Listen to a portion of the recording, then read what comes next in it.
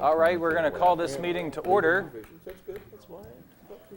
Thanks, everybody, for being here. It's already been a long day, but it was really nice to have everybody there at the State of the City this morning. And I'll say it now, but I'll say it again at the end of the meeting. The video that staff produced in conjunction with myself and some council members will be aired right after the council meeting on Channel 25. The full presentation will be available by next week on our YouTube channel. So thanks for that. We have a special session scheduled, and we'll need a motion to go into special session. So moved. We have a motion by Mr. Munson, second by Mr. Brubaker. All those in any discussion? All those in favor of going into the special session, please say aye. Aye. Any opposed, say no. All right. The first item for approval is number 1, revisions to Chapter 95, excessive use of city services. Looking for a motion?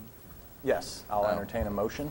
Mr. Mayor, I hereby move for the mayor and city council to approve an ordinance to amend the code of the city of Hagerstown, Chapter 95, excessive use of police services, to repeal and reenact Chapter 95, excessive use of city services. These amendments will, number 1, establish a definition for a chronic nuisance property.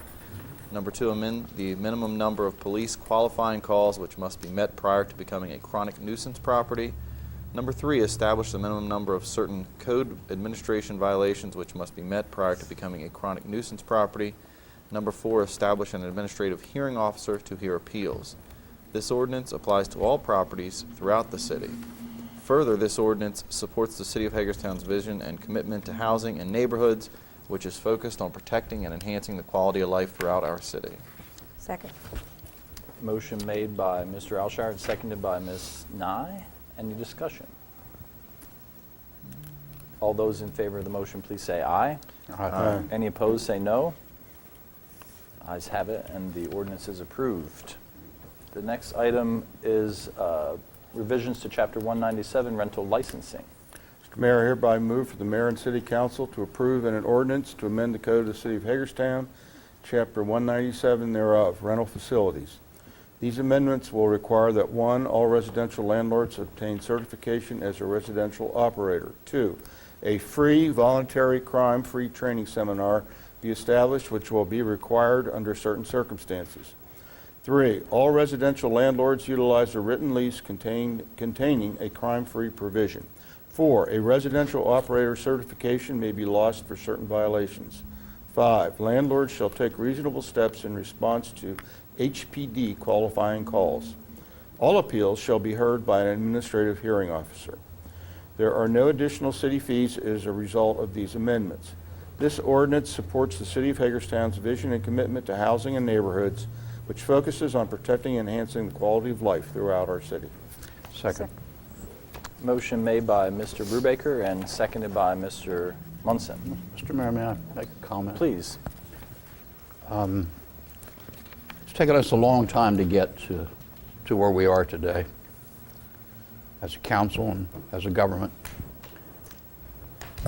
And one of the reasons is that this council and this mayor attempted to involve all the people that had interests in these areas.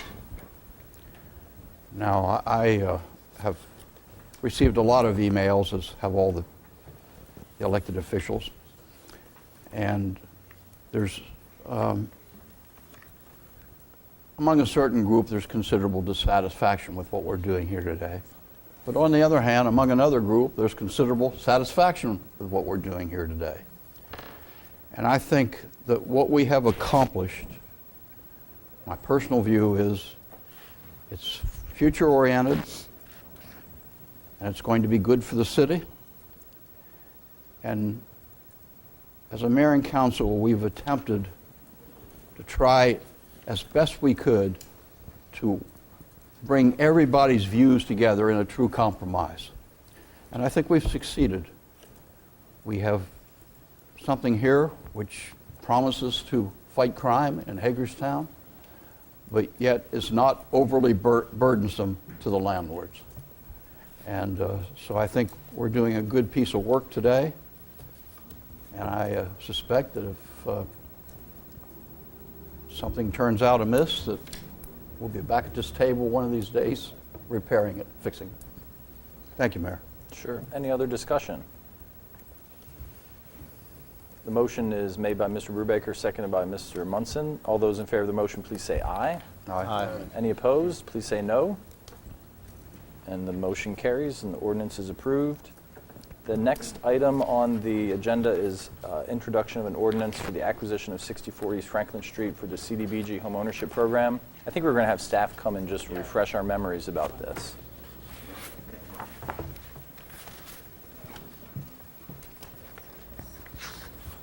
Good afternoon. We wanted to take an opportunity to seek direction from the mayor and council on the potential acquisition of 64 East Franklin Street. It would be for the Community Development Block Grant Home Ownership Program. The property is located directly adjacent to Vince's Pizza. It's attached to Vince's Pizza building on the west side of that property. It's been vacant since approximately 2007, and the property recently went through foreclosure. And staff have been in discussions with the bank who currently owns the property, and we have negotiated a potential purchase price of $30,000 for the property. And what we envision there is a home ownership opportunity, which is exactly what the CDBG home ownership funding is programmed and approved for. And the property is zoned where potentially one single-family unit or also potentially two condo units. The property is obviously in need of substantial repairs on the exterior and interior, and renovation of the property for home ownership would clearly align with the vision established by mayor and council regarding housing and neighborhoods. It also would tie in nicely and show additional commitment of the city with the recently endorsed Franklin Street Gateway Enhancement Plan. So we just seek mayor and council's direction on whether they'd like to move forward with the CDBG acquisition of the property. Remind me what the original asking price was? $49,900, I believe. It was just under $50,000. You guys managed to get them down to 30. Yes, we feel it's a fair price. It's comparable to what we acquired the Holiday Motel property for. I think that was close to $30,000 as well. Yes, sir. I'd like to make a motion. Please. I hereby move that the mayor and council introduce an ordinance to enter into a purchase agreement for acquisition of the property known as 64 East Franklin Street in Hagerstown, Maryland, for the sum of $30,000. The acquisition is authorized per Chapter 235, Urban Renewal of the City Code. The property will be acquired through the Community Development Block Grant, CDBG, home ownership program. This program targets vacant and/or home ownership programs. And/or deteriorated properties for acquisition and renovation in order to provide home ownership opportunities for CDBG eligible households. Funding for this acquisition is from Community Development Block Grant funds. Terms of the acquisition are set forth in attached option purchase agreement. Second. Motion made by Mr. Munson and seconded by Mr. Metzner. Any discussion? I would just like to add to what you said. $30,000 is quite a reasonable price for this place, even in its bad shape. It's 3,000 square feet, isn't it? Approximately, yes. And that was a great accomplishment, bringing it down by almost $20,000. Congratulations on that. You drive a hard bargain. And the goal being home ownership. Correct. in the end. Obviously, Yeah. obviously. Just I have a couple comments. You have provided the figure of $30,000 to purchase. However, if I recall, we're in the $200,000 to renovate. I mean, right now it says it is not habitable. Correct. It would need significant renovations on the interior. All the systems would need to be replaced. We've had preliminary discussions with the design professional, and we're looking in the ballpark of probably $60 to $70 a square foot for renovations. Depending on renovating all 3,000 square feet and how that would be laid out, we're probably looking at around $170,000 to $180,000 for renovations. Didn't we look at, discuss whether this could be split up into, since it's so large? Yes, we've spoken with our planning and zoning staff, it's something that it could either remain a single family or it could be potentially 2 condo units.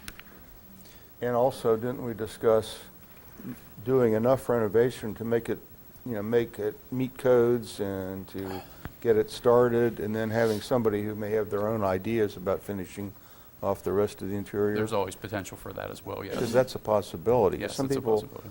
want to do it their own way when they're buying an urban property. Sure. So I understand Marty's point correctly. We can purchase the property for 30 grand with CDBG funding, and we can correct it to a degree to which we can then provide it for sale to another prospective buyer to complete renovations and do what they want with it. There's no requirement that that could a be- homeowner has to move in and live in it. Ultimately, the main requirement is whoever the first, the person to utilize the property is either homeowner or even So- rental. It would be just, Okay, so I want to understand this clearly, because what I think I heard you just say to Marty is that we could fix it up and then sell it to a prospective purchaser who would do something else with it. correct. So we don't have to fix it up and sell it to an actual homeowner. We could, typically the home ownership program that we've established is we do sell it directly to homeowners, But we don't have to do that. not by CDBG regulations. Okay, so when we end up spending $210,000 on this property with the expectation we're going to split it into 2 condos and hopefully get 100 and some thousand for each condo of 1,500 square feet, the expectation is we would fix it up for whatever that number is and then be able to turn it over for sale to some other entity for a return on that investment. Yes, I think though, in recent years, it's more and more difficult with these types of renovations to turn it over for the exact investment you put into it. Because we had alternative discussions, and one idea that I had proposed, and I don't think it's unfair to be able to share my idea here, in the public venue, because I'm just sharing my thoughts, was that we would abate the property that's been vacant for 10 years, not take ownership of it, and abate it to the degree to which that corrective action would be taken, and some other prospective buyer purchase it.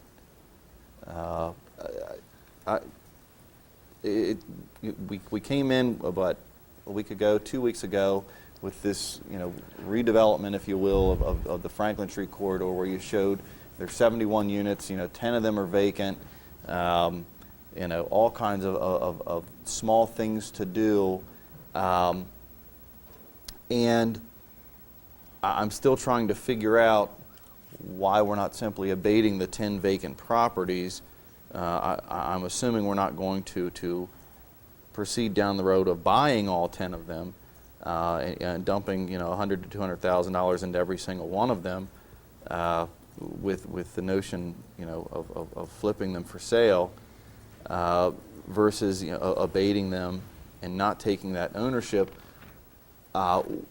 which then restricts us in our resale process to restrict that prospective buyer to those CDBG regulations. I mean, that's part of the difficulty I have, is that we're going to buy this, we're going to fix it up, and then it's going to be restricted to those CDBG regulations, whereas if we were to abate it and a private prospective buyer were to purchase it, through that abated process, would not be restricted to the confines, and we would not be investing that degree of funding into a single property.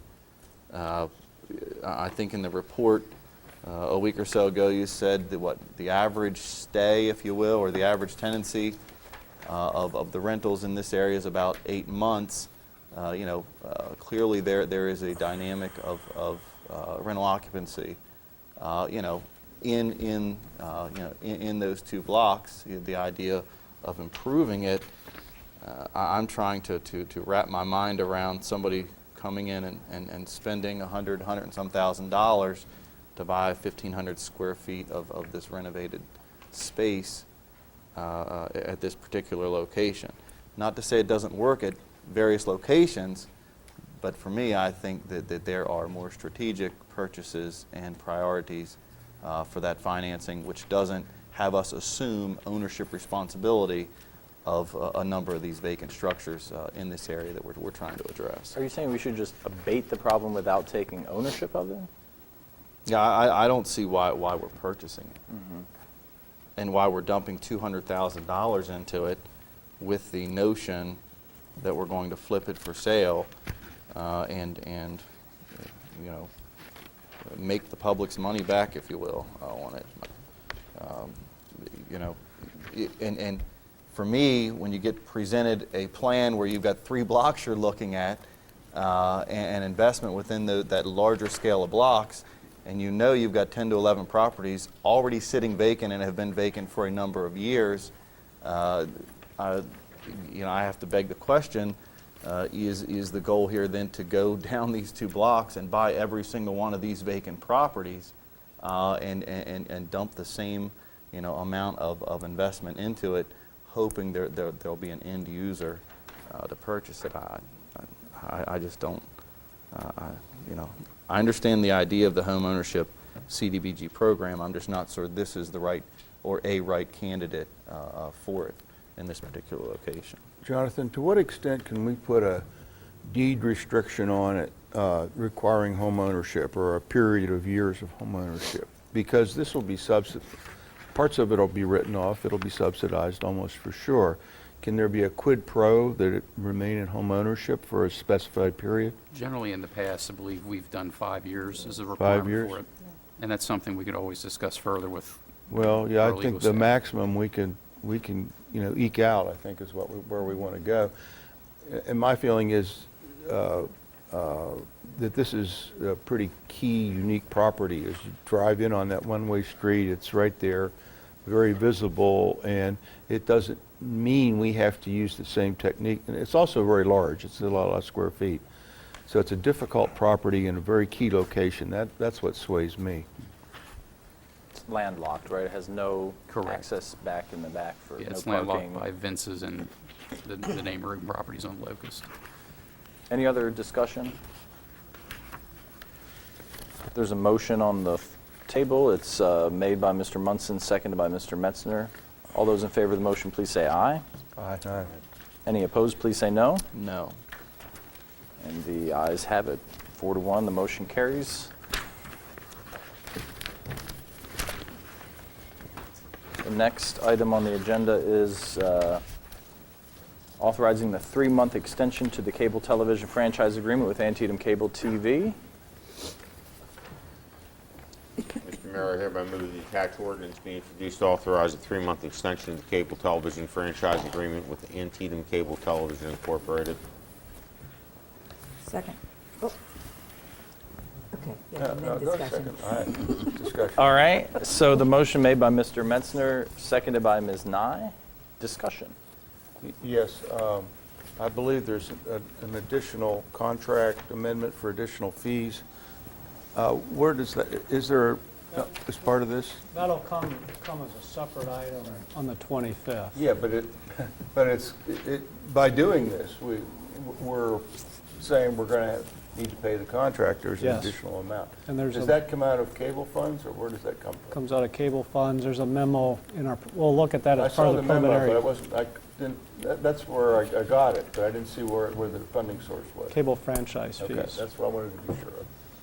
And just to let everybody know, it's because staff has been working with Antietam Cable, and they're very close to a final agreement, and And they we have don't even think outside- they're going to need that extra 3 months, but they do need a little more time to finalize the agreement.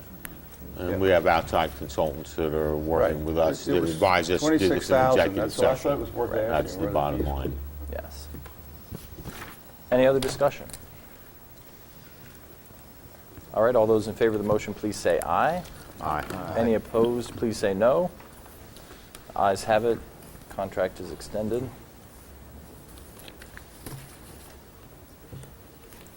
There is a revised motion that the clerk is passing around for this item number 5, the introduction of the repeal of the adequate public facilities ordinance.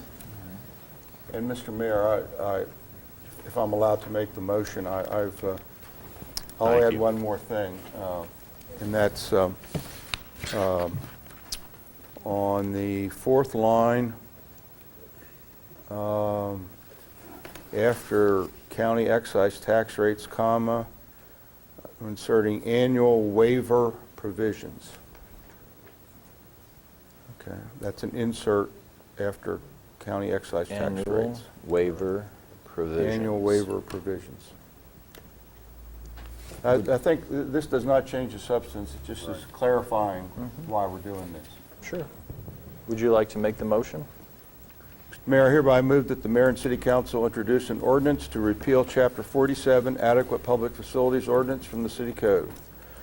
Given the significant changes in residential development growth volumes, the lowering of the county excise tax rates, annual waiver provisions, and the embedding of an alternative mitigation contribution fee in the county APFO, all, I've added the word all, since the county ordinance was adopted in 2006, the mayor and city council have determined that it is no longer in the best interest of the citizens of Hagerstown to continue with an APFO for schools at this time.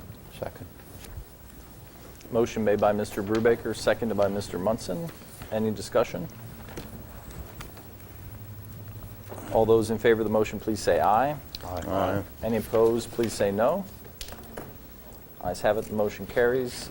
We'll have this back on, I guess, next week at the regular session. All right. Thank you very much. That will conclude our special session, and we will go into the work session and start with the preliminary agenda review. Mr. Munson, you have the invocation next week. And I would note that our meeting schedule for April is there at the under announcements. We'll be meeting on the 1st and the 8th of April. We will not be meeting on tax day, so everyone who has to finalize their taxes can get that done. And then we'll have our work session on the 22nd, and then our regular session on the 5th Tuesday in April on the 29th. Everyone have a chance to look at the consent agenda. We'll tick through those items and see if there's any questions for staff. Department of Community Economic Development, Community Affairs, approval of a change order for cable consultants. Planning and Code Division, pickup truck for building inspections. Any questions on those two items? Parks and Engineering, repair and replacement of guardrails at 5 bridges. City Park walkway improvements, not to exceed $25,000. Octagon shelter for City Park. Any questions on Parks and Engineering? Police Department desktop computers. Let's see, we're still using Dell computers here. Any questions about those computer purchases, Police Department? Department of Utilities, the telecommunication system upgrade, Glessner Protective Services, Wilson Phase 4 dirt removal, wastewater pump station 12, a couple items for that. Any questions for utilities? So it looks like we're good on the consent agenda. All right, and just to tick through the unfinished business, we have our approval of the acquisition of the property we just introduced the ordinance for tonight. The authorization of the 3-month extension and the APFO repeal, all for approval next week. New business, we have the 3 summer play camp resolutions. And anyone have any questions on those? If you happen to be reading more in detail this next week, just call up staff if any questions arise. We also have the Hagerstown Ice Sports Complex operating agreement on for approval, and we're going to be hearing more about that later today. The ARC, Appalachian Regional Commission grant application approvals on there. Economic Development Facade Program, which we're going to hear about tonight. The Coach Lights Grant Program, again, another item for tonight. The approval of the Ask Me 3373 contract is on for next week. If we could on that one, I think Sure. probably good for Karen or Scott to just summarize that maybe, since these have been extensive discussions, and want to make sure we cover it before the voting session next Tuesday, You want them to come up now? if they could, Sure. just to hit the highlights.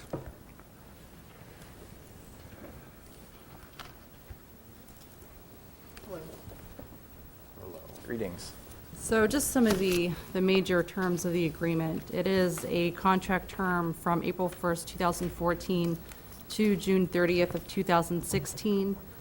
In terms of enhancements in wages, all members of Local 3373 will receive a 1% retroactive cost of living increase, and that's retroactive to January 1st of 2014. All members will also receive a one-time payment that's $1,000 gross before any applicable taxes, and that will be received on April 11th, 2014. That's the first pay date in the new contract period. It's also important to note that this one-time payment is to kind of recognize that this particular group did not receive the 2% that other employee groups received. At the beginning of the fiscal year. Right, non-union received theirs July 1st, and then the other aspects received theirs Gesundheit. August 1st. Another component of the wage portion of the agreement, the first year's salary on the wage scale is being enhanced in 3 phases. The first is retroactive to January 1st, 2014. The new starting salary will be $38,549.47. Effective July 1st of 2014, it increases to $39,320.46. And then lastly, January 1st of 2015, it'll increase to $40,106.87. As far as increases in terms of steps, on July 1st of 2014, eligible members of the Local 3373 will advance to the longevity step on the wage scale based on their years of service. That provides for 1 wage enhancement. So that would be 1 pay step versus a longevity step.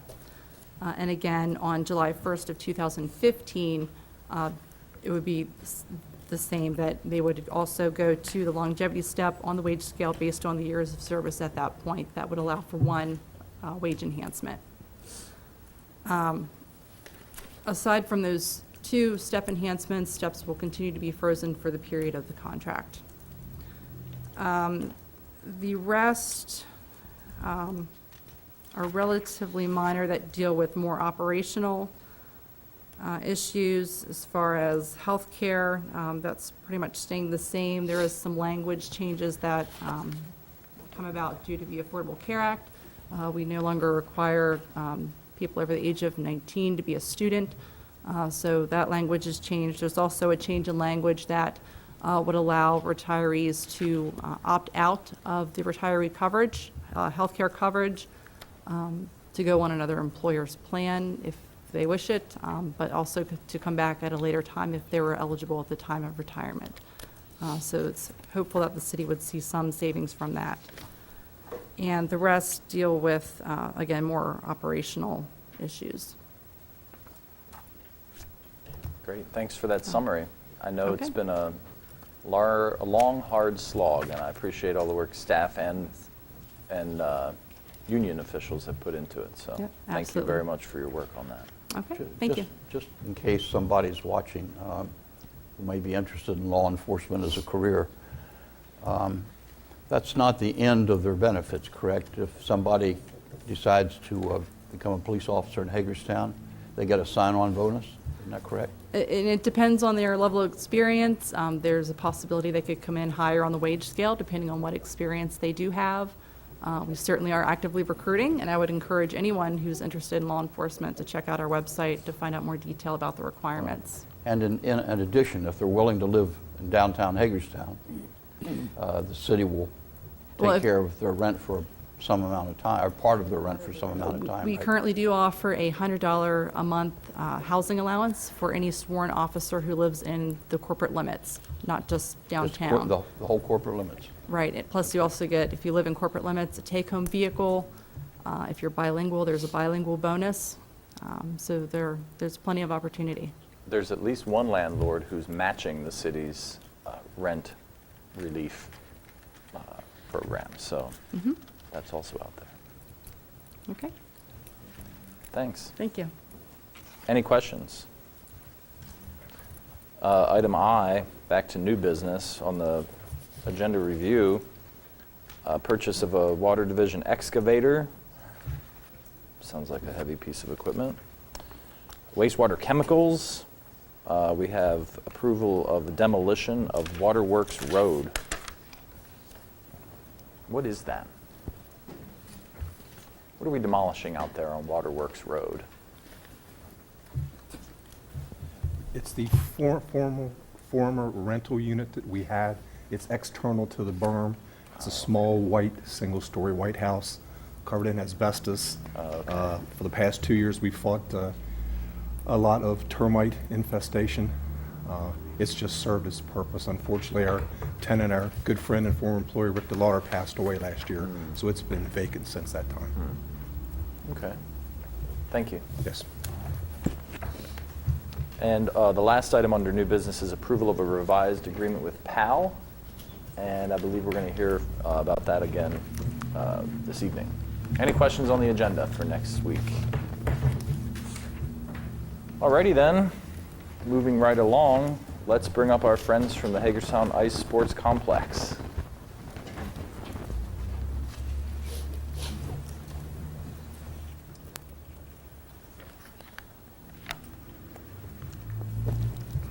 Good afternoon.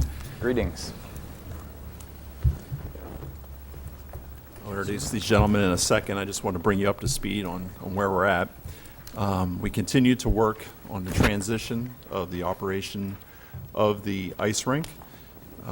If you remember, I'm sure you do, back in December, this body passed a operating agreement with the Hagerstown Youth Hockey Association, which is HYHA.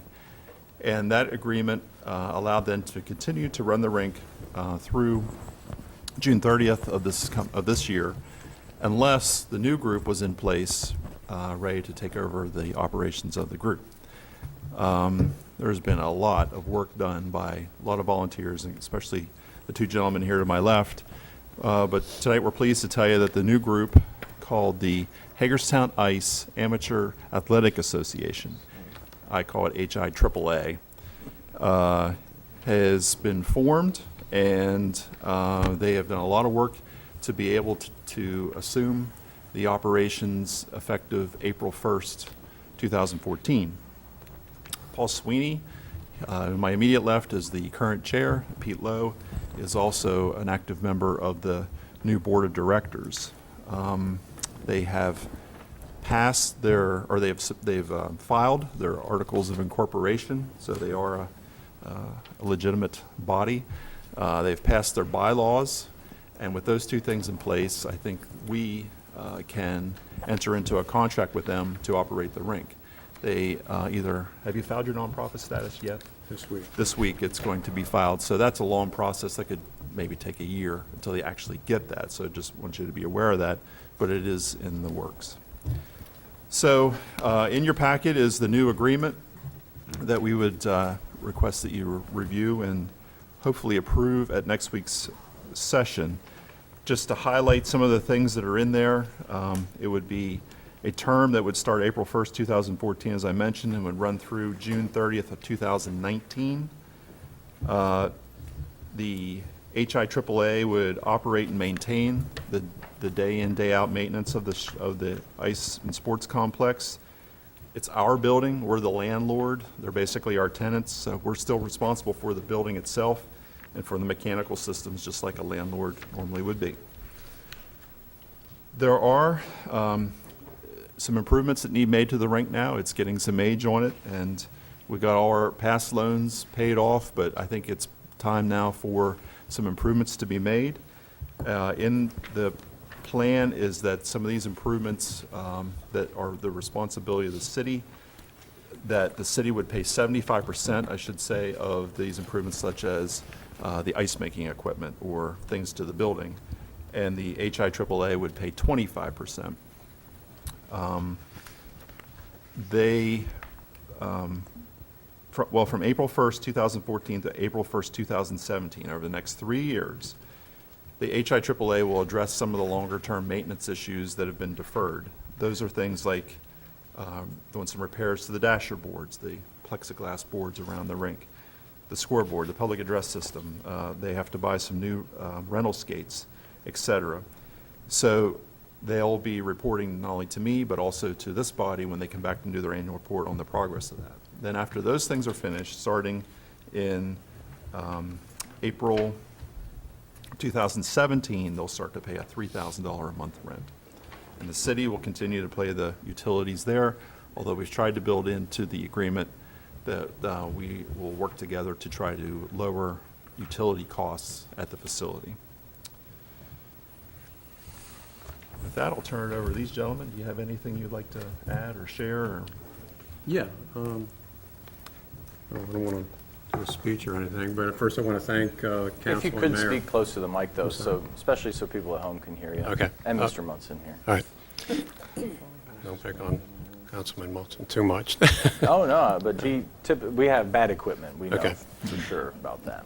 All right. First, I want to thank the mayor and council for allowing this process to happen. It's been a long process, and I believe all the parties involved are working very well together.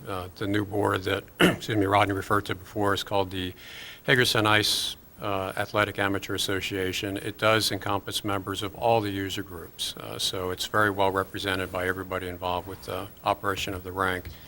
And we have been actually meeting weekly for the last 2 months. And just to give everybody an idea, the meetings have been very well attended. It's not a situation where we have to, beg people to come. Everybody's coming because everybody has a true interest in the success of the rink.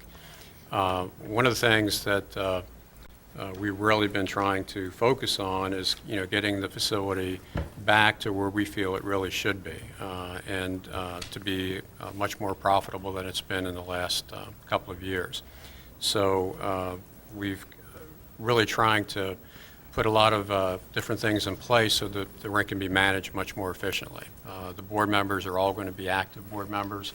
They're going to be tasked with, overseeing different aspects of running the rink, which hasn't really been happening in the past. And no fault to HYHA. HYHA has done a very commendable job, but to run a youth hockey organization and also to run a facility is very difficult for just one body to do. So we feel that, by spreading the responsibility out, it's going to be running much more efficiently, and we'll be able to get on top of things much sooner and keep the rink running much more efficiently.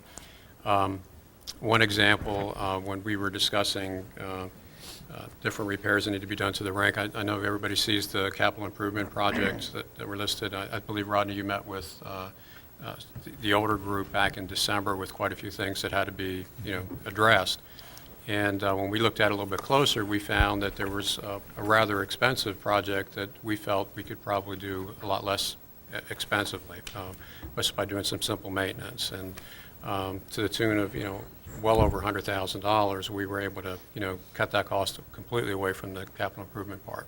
So we feel that we've already started to show where we can be a lot more efficient and things moving forward. And we have everything in place, and to be quite frank, I'm very excited about how things are going to move forward. So, I would only say with specificity, what Paul is saying is I was just going to amplify that with specificity, that what Paul was referring to in the capital improvement plan was the old group just basically said that it'll cost approximately $175,000 to replace all the dasher boards, for which, again, the city would be paying 75%, the rink would be, the HIAAA would be paying 25%. And at a recess that we had in some of the discussions with Rodney and Bruce, because we're talking about having 13 heads consider things versus one or two heads considering it, one of our people said, you know, there are companies that work on these boards, and we're getting quotes for the $30,000 to $40,000 range to fix it, which would probably give those same boards an extended life expectancy of maybe 7 years. So we feel like our plan with having more people at the table and generating ideas, in this particular case, is going to save the city $150,000. So we'd like to think that we're working hard to save everybody money, but make the rink a much more enjoyable place to come to. So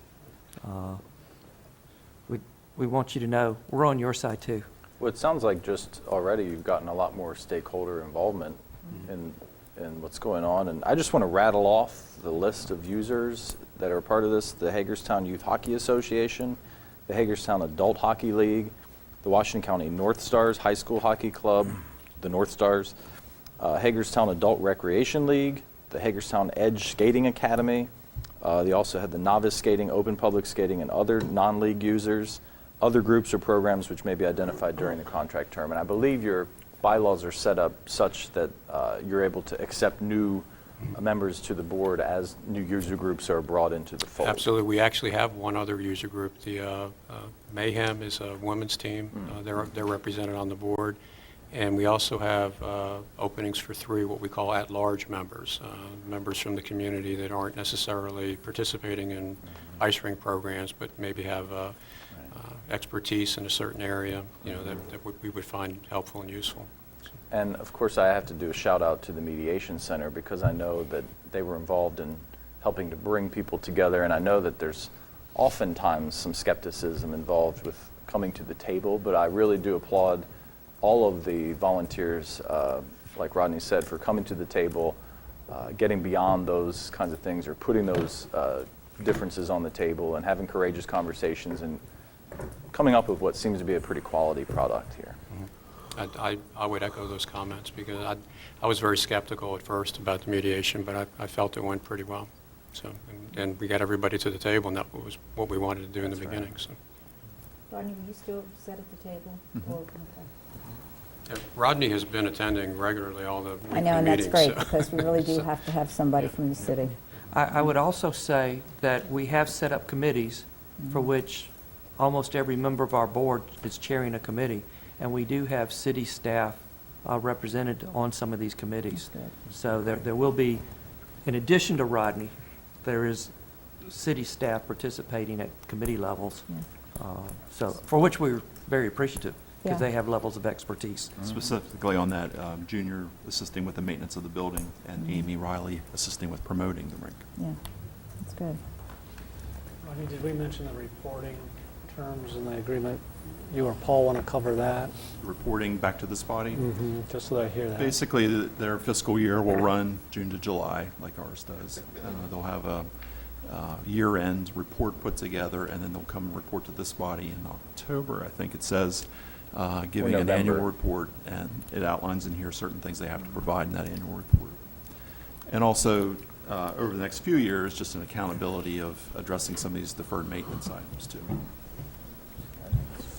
Please. Well, first of all, comment, I think if you work hard, you'll be able to get out of AAA and make Major League.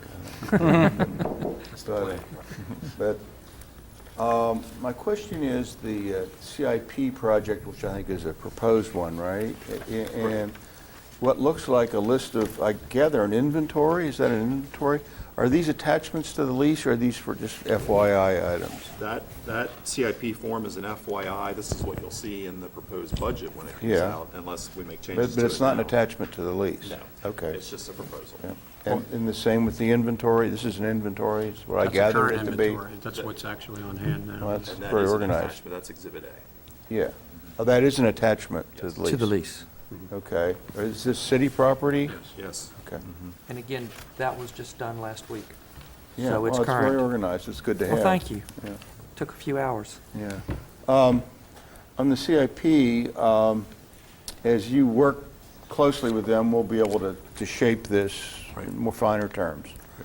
I will say, we may have to look at looking over what most of the early items are, most of them look to me like they're bond fundable, and maybe we may have to, which is not your problem, it's ours, but maybe we'll want to look at bond funding this project, to save the general fund. It looks to me like you have pretty good, the kind of things you talk about are 15-year items. I would agree. So think about that when we do our CIP, or even when you put the one out March 31st. Okay. All right. On item number 9, within the lease, requirements of tax exempt status, I would assume since we are establishing this type of partnership with a new entity, I would assume that the hockey group was a non-profit The youth entity. hockey, yes. When I read 9, if we could maybe wordsmith a little, and I'm certainly not an attorney, but it says here it is contemplated that the operator will obtain. I'm assuming we mean like anticipate or expected, and there is no time frame. So I'm assuming the assumption isn't here we're going to assume that it's contemplated it might happen sometime in the 5-year period in which we do this. I assume we mean we anticipate that the nonprofit status will be achieved within, X, a year or whatever it is. I'm not an accountant, but I'll give you Yeah. what our accountant has told us. The application is in process right now. It's going to be filed probably on Friday. Our board has to approve one more document, and then it's going to be applied for the following day. Once that document goes into the IRS, and the IRS gives you some sort of a response back saying that we've got your application, you can now operate as a 501c3 corporation, and they give you final declaration anytime from 6 months to 3 years after that, because they want to look and see how you're operating to make sure that you are, in fact, a nonprofit organization. You can operate as a 501c3 during that time frame. So But it's hard to anticipate we don't have an exact. when the IRS is going to give that acceptance, or if they're going to give the acceptance, because now they're going through a lot.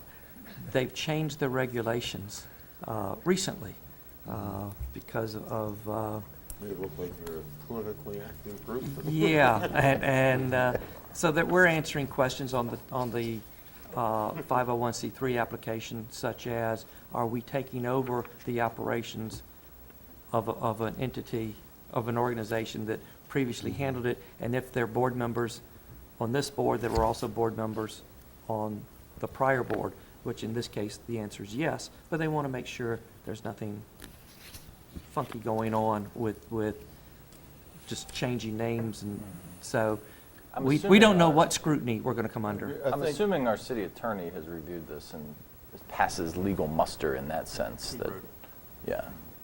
So contemplated must just be some legal mumbo jumbo that We could just say the lawyers operator use. will, Yeah. if that helps.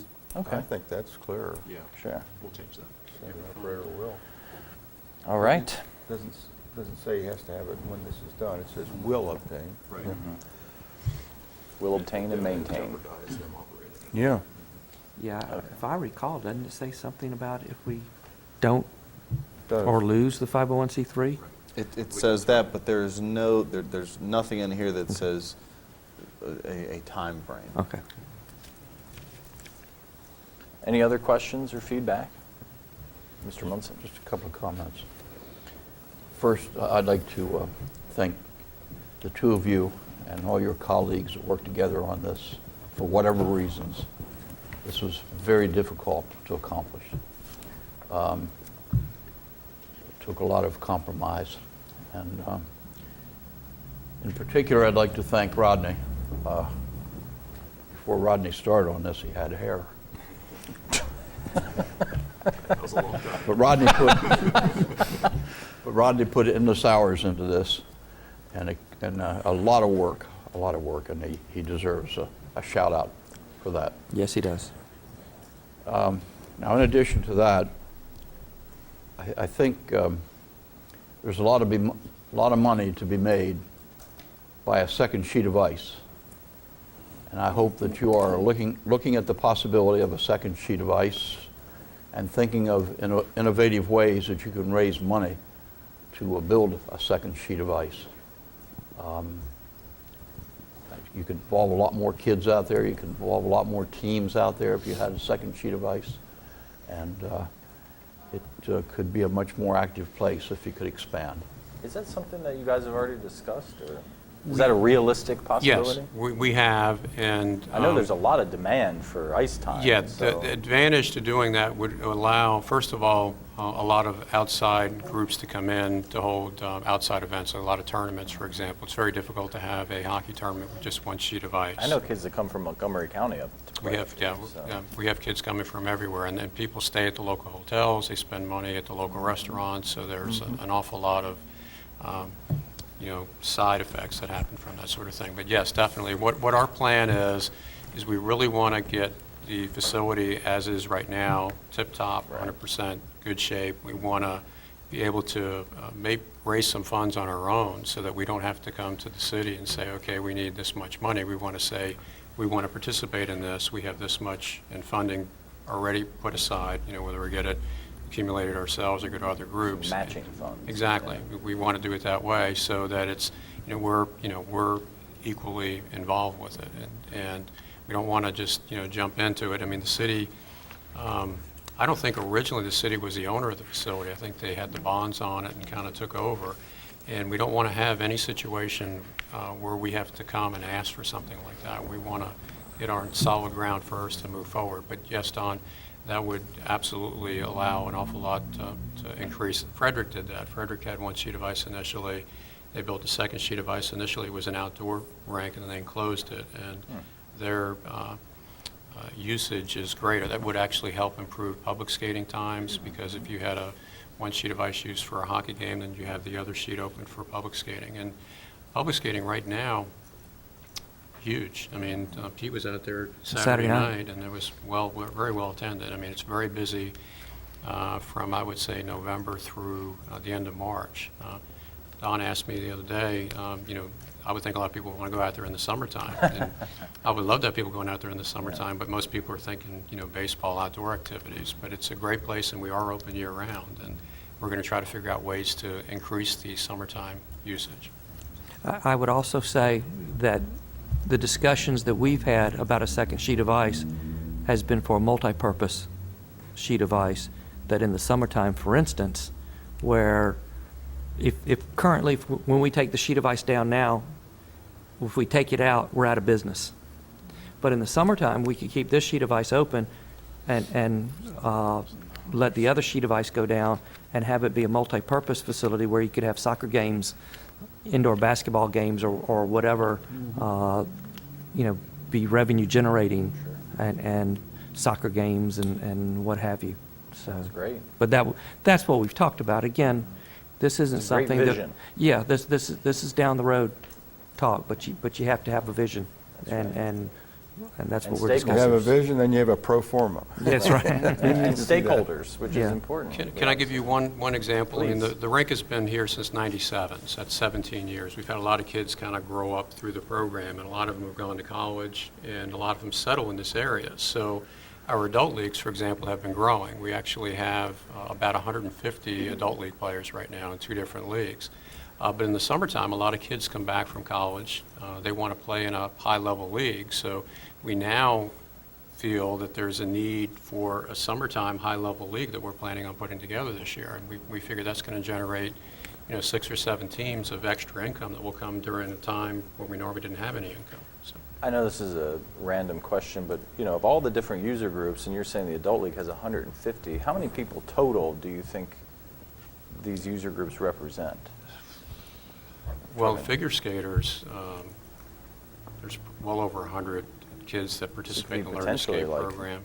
over 1,000, Youth, 2,000 youth, people. Yeah. well, youth hockey has well over 100 kids. There's Learn to Play hockey programs, a pond hockey program. There's probably 40 to 50 kids right now. I think the usage numbers for the facility, and a lot of people come and go and use it more often than not, but the numbers I've heard are 60 to 65,000 people per year go through the front door of that place. A lot of people, if you drive by during the daytime, you don't see anybody there. It's because all the parking's in the back. Yeah. If you come by on a Sunday night or Sunday at all? That Oh, place is Saturday packed. or Sunday? Yeah, Yeah, because of the youth hockey and everything going on. Yeah. place is But, packed. I really would like to see the big advertising for, you all are down in that hollow, and people just don't see, I mean, other than word of mouth. And I think that this could be the sleeping baby bear that honestly could really grow up to be a huge lion. And I mean, 17 years, it's had its ups and downs, but it is coming on. And I just hope, she can make that swing that way. That's our plan. We're Yeah. looking forward. I'm very excited about this. Yeah. Keep up the great work. Thank you. Anyone else have any comments or questions? Thank you, Joe. So next week's agenda will be to vote to accept the operating agreement and to terminate the one with HYHA. And you'll make the couple minor changes or whatever that one change was? Okay. Yes. Yeah, there will. Yes. Thank you so much. Thank you. Thank you, gentlemen. Next on the agenda is our Police Athletic League license agreement at Fairgrounds Park. Thanks. Our distinguished city engineer will remain at the table here. Well, I'm not going to say a whole lot about this because Nick Warner from our police department is here, and Distinguished detective with the yes, Hagerstown I can Police say Department. I've seen the Police Athletic League over the years, and I would say right now it is definitely on an upswing. I think thanks in large part to Nick and his friends out there. They have really diversified their program. They're expanding the program, and I think this is just another evidence of that. So we're appreciative of that, and I think I'll let Nick tell you what he wants to do.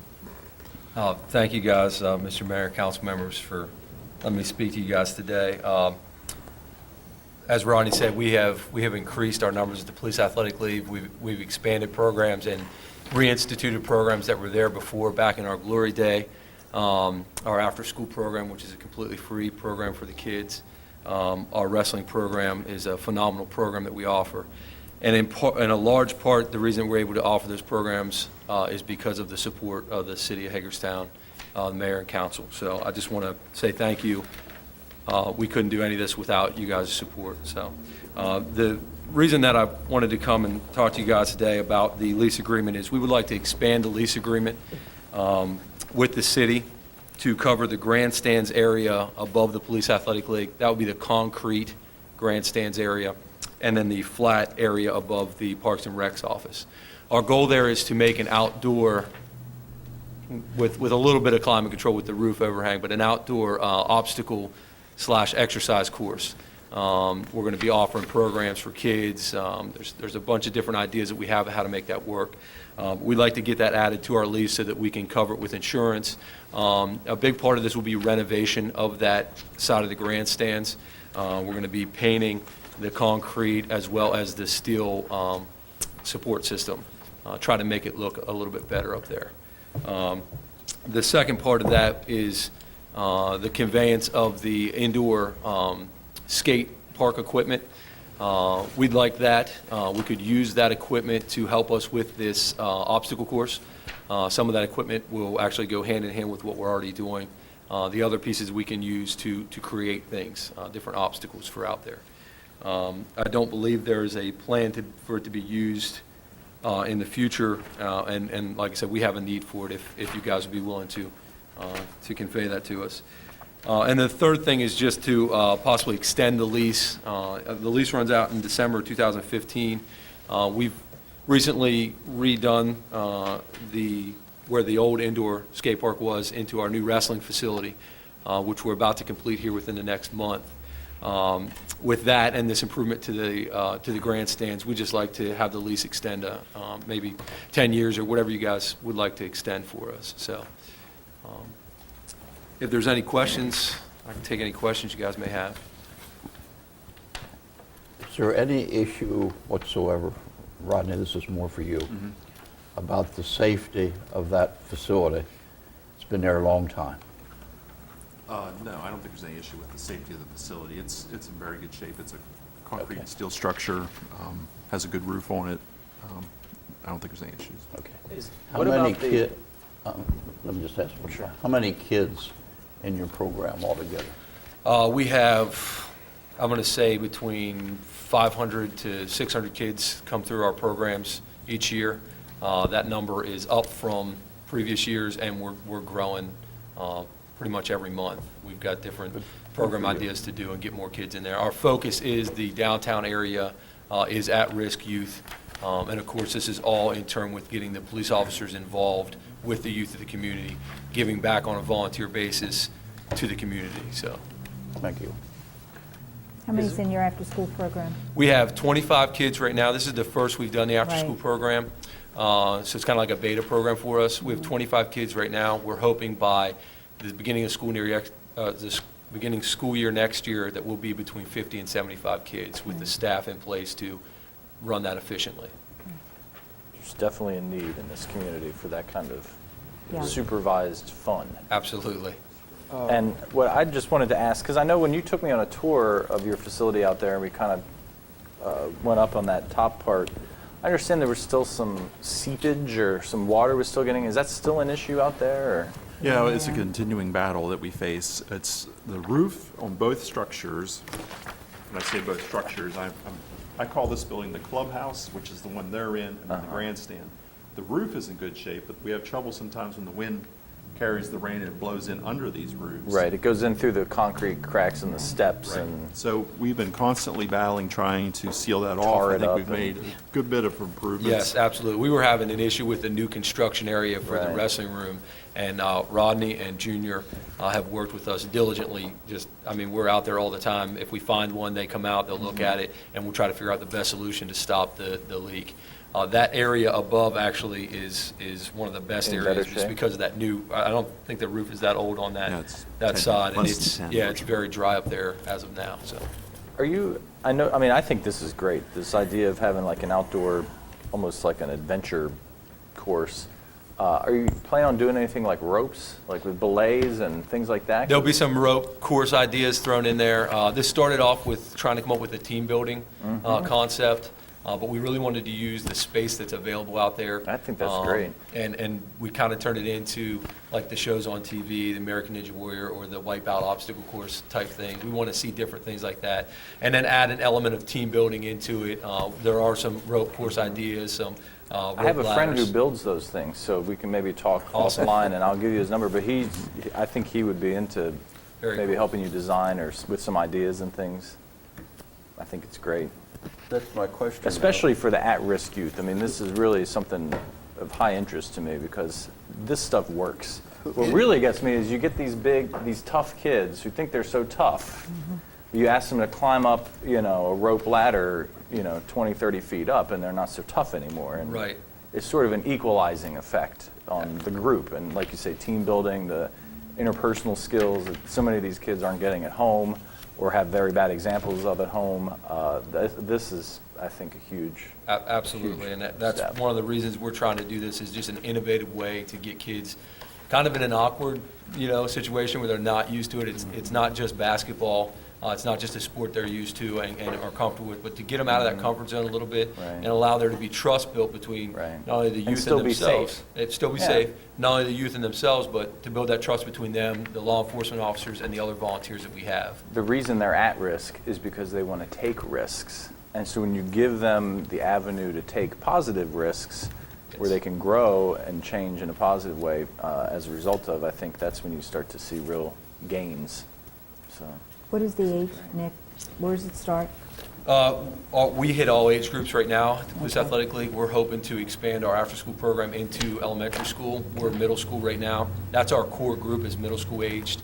We feel that they have the most free time and can get into the most trouble, so we want to really offer Yeah, them. for those that do not know the concept, that's why I needed you to Absolutely. clear it up so that they did, the ones But that are listening. this would be geared a little bit more towards the older kids, middle school and high school, but we will still be doing stuff with the 4th, 5th, 6th graders in there as well. I'll reiterate, it's a great idea to get some use out of those grandstands. I think we put that expensive roof on there just a few years ago, hoping that there'd be something used. But at any rate, I was at a huge sports complex in Lancaster, and they had these kinds of things up to date. But there were a lot of safety controls and things like that that you could see. And I just, number one, who's going to pay, and how are these things going to, who's going to install these different parts of the course? We actually are taking on that cost. There will definitely be safety measures in place throughout all this, and as I said, our insurance will cover anything that happens out there. But the kids' safety is number one priority in any Yeah. program we do, and it has to be if you're a nonprofit organization dealing with kids' programs. I mean, any sport can be dangerous, but you take your proper safety Right. measures. We have a group of guys that actually are trained to build these things. That are going to be installing it. They're actually all certified on obstacle course operation, and they'll be coming on as our main instructors for this program. Okay. We've actually connected with them through our CrossFit guy, Doc. He does our CrossFit out the PAL, so he's already has that connection, has really helped, kind of give us the idea to go forward with this, so. Good. Is there any issue with regard to the cost of your liability increasing? Because we already do so many youth programs, our insurance company, they're very good to know that what we're doing, and they work with us for safety plans.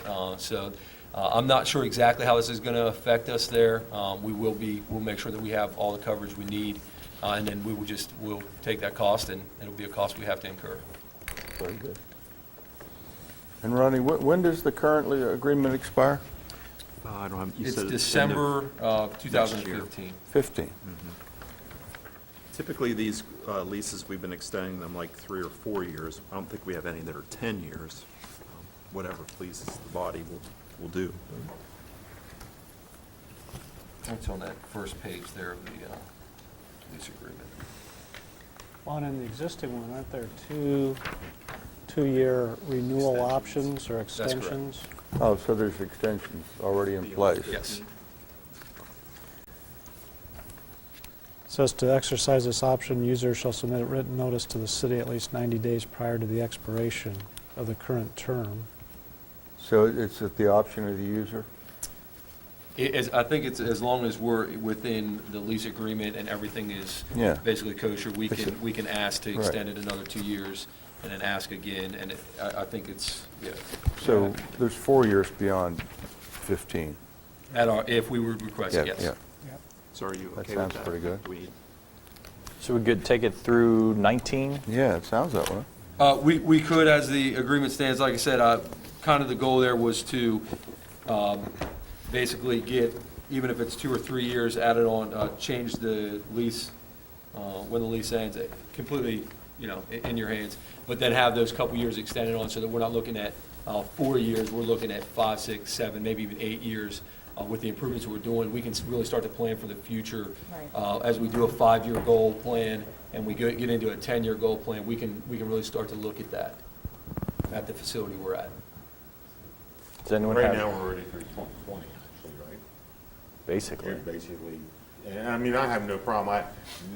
This organization is never going to lose their lease as long as they're out there and want to be there. Well, So and the it doesn't- thing is, ouch, again, you have a younger group of guys and women that are coming back on Right. board again. And for them to have an extension, a longer lease, I have no problem whatsoever because they're out there No, I don't raising think anybody money. does. Every time again, that you I turn reiterate, it's a around, great you deal. know. I think on the other side of things, people at some point say, maybe we can find another use for that, and if we have it leased up forever, we can't, if something came along, we couldn't implement another use. I haven't heard of any that were No. realistic, but No. that would be Yeah. the other side of that.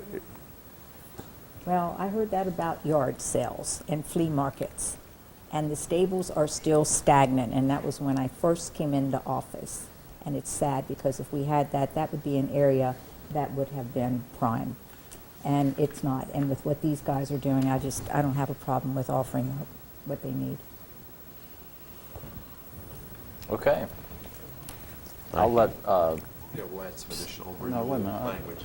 I don't have a problem with giving you a longer lease, but you keep mentioning different numbers. How many years you want?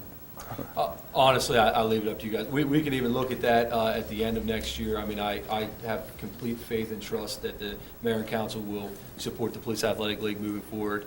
If we had a 5-year or even a 10-year, that'd be awesome. If not, we're okay with What whatever if you we guys. did a 5-year based on the 2015 ending date? Would that make you more comfortable? Yeah, that'd be great. And that'd take you through Then why don't we 2020. do that? That'd be perfect. Why don't we do And- that and just write it in? Is anyone opposed to the conveyance of 5 this? years, Yeah, I think, That's fine. from Okay. 15 on, if that's the current expiration? That'd be great, thank you. Okay. all right, so we'll go through 2020. And then what about the conveyance of the skate park materials? Does anyone object to the conveyance of those materials? No, it's just sitting there anyway. What are the materials? Is it just a bunch of wood or? Half pipe, there's a couple ramps, Yeah. a couple grinding, what do they call them, Yeah. grinding rails. If, I'd love to see us do a skate park. I think the way a lot of skate parks are going now are concrete. Yes. The ones we visited in Frederick were all concrete bowls. That seems to be the way skate parks are right now, so we're continuing to work in that direction. But this equipment, I think, is, we don't have a problem conveying it to them. Okay, I just want to make sure we had a clear consensus Yep. about the Yeah. conveyance of that stuff. It's not in use, right? It's not in use right now. No, because I think you were looking at, wasn't you, an outside? Yeah, Yeah, that's what why I we Skate said. have park. to see. But Yeah. it Which likely would be they're- something different. They're screaming. Yeah, When you use the term skate park, are you talking about a skateboard park? Yes, yes. Okay. I think that's a great idea. yep. It's just finding the funding, because it's fairly expensive to build concrete ones. So Rodney, you'd work with Mark to come up with a revised agreement for mayor and Yeah, council there'll be next an Tuesday. amendment or addendum to this one, I think. Amendment. All right.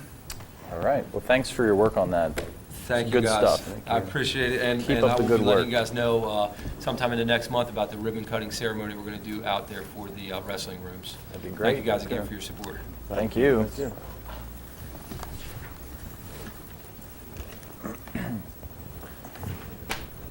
Economic Development Facade Program. Distinguished Chair of the, Department Head, Department of Community and Economic Development. Everybody's distinguished tonight. Good evening, Mr. Mayor, members of council. There's two items in one memo, and here to talk about Franklin Street and to follow up on what we spoke about last night. If I may, before I even begin on this, just to give you an update, staff are continuing our outreach. We'd sent out an email. The Herald Mail has pledged $1,000 towards replacing the rather imposing no trespassing signs with decorative nameplates. It'd be about 2 inches high, about 15 inches long. Still saying no trespassing, but it'll get rid of the rather imposing message for property owners who believe they still need to convey that or have that as a tool to work along with the police department. So we are making progress, and we have invitations out to all the property owners for a meeting. We're in addition to sending invites, staff are actually calling the property owners to attend a meeting for the property owners, and we're coordinating a meeting for residents and other stakeholders as well. So we are acting upon the direction that we received from you last week. On the economic development program for the facades, in our current year budget, as we mentioned last week, in the economic redevelopment budget, we have $100,000 for projects along there. We currently have a facade program, and those monies that we use for the current program, not the $100,000 that we have in economic redevelopment, but the monies we currently use for that program are community legacy funds and community development block grant funds. And there's restrictions on the use of those funds. We have properties on Franklin that some are strictly commercial, that we don't have a program to offer for facade work, and other properties where there's liquor sales on site. And both the Community Legacy and CDBG funds have restrictions. We can't spend money there on the commercial unless it's for a job creation type of a thing to benefit low to moderate income workers, or because of the liquor sales. So what we're asking for is approval of a motion next week to take $30,000 of the $100,000 that we have, and that's consistent with what we talked about last week, and program that for our existing facade and our facade program. So we have an option when we meet with those owners that we can say, under our existing program, we can plug you in, and we have unrestricted funds for either the commercial or properties that have liquor sales. The storefront, and I did not bring a picture, but probably one of the storefronts that needs the most work along Franklin is Universal Liquors, and that it's right here. That storefront, it needs attention, and with the liquor store there, we currently can't offer any assistance with our fund restrictions. I hadn't even noticed. What? John, another store that needs attention is one near the end of the block where there's a great big piece of wood in the window. Yes, sir. It's incredibly ugly, and it puts you off when you Yeah, see it and, as a customer. And we're waiting to hear some things on that. I'll send an update hopefully in the next week, but that stretch from the tax office down to the break in the building, so you have like 4 or 5 storefronts there, those properties are in foreclosure. And it's our understanding that there's a local property owner who's maneuvering to get that entire stretch there. So I'll provide more update as we have information solidified. And speaking of boarded up windows, what's the progress on the Rosslyn building that was hit by a vehicle? Because that one's still... I would have to check with our Public Works Sorry to Department. catch you off guard on Yeah, that. that's something I can follow up with Eric Dykey. I'm assuming insurance and everything is working its way, and I would imagine that's probably part of the concern, but I'll follow up with Public Works. any questions about the requests being made here? Approval of the funding amount of $30,000 from the FY14 Economic Redevelopment Fund, and approval of alternative funding for the existing facade and exterior enhancement program from currently ineligible funds. $30,000 again from the FY14 Economic Redevelopment Fund. John? Yes, sir. This is for, it says for facade repairs, which they certainly need it. It's not for redos Oh, it's... to some extent. Well, it's for renovations of the facade. So if someone wants to put in a new storefront, it would be funds towards that. What about like where we have the new overlay district to convert something that was kind of, it used to be a commercial storefront window, but it's been boarded up. Would that cover converting that back into something like it used to be? Is that? It very well could. What we're talking about this evening, though, is just for along Franklin Street. Well, that's what I'm thinking. There's at least one, like a corner store or something Yes. down there that's sort of been boarded up to make it more of a residence on that first floor where it used to be a commercial storefront. Yes, and Is if that- someone wanted to explore that, then these funds could be used for that as Okay, I well. just wanted to make sure that that would be covered under this program. Yes, sir. Staff is going to have say over the final Yes, sir. appearance. We would run all this through our normal processes. We're going to be working with the design professional because we don't want taxpayer money being used for something that's not going to meet the vision of this body. Any other questions? Has real potential, this in the Coach Lights program, I think, for relatively modest amounts of money to make a huge difference if people buy into it. And so far, the response from the property owners has been really positive. Good. In terms of a desire to work with us. Some have replied they can't make the meeting, but they would like to set up individual meetings with us. Good. John, the stores that are down there, which is every other, it seems to be, can you get the data on that as far as how long they've been there? I know I see going in, going out, this is what we're seeing. So to put that investment in something like that, I would like to be able to see. In terms of the businesses? Yeah. We already have that in Okay. terms of I the just, longevity of the businesses. Yeah, because, certainly some of those are just, the appearance is not, and I just would like to see as far as how long, they have been there. And that's something that we can provide to you all. Any questions on the coach lights? That program is to brighten the area, to meet the goals of community policing through environmental design, as well as to just improve the overall appearance of the gateway. And again, that would be a $1,000 grant. We'd run it through our regular program, up to $1,000. And we're saying 1,000 because some buildings may not have adequate wiring. And once you get into a building, it could... So they're not going to be gas lamps? They're not going to be gas lamps, sir. Teasing. But we do want property owners to sign on saying, yes, they're going to maintain them, yes, they're going to keep them on. And they're either going to be dusk to dawn or on a timer, and just to brighten up the area. Are they going to be uniform? We're working on design.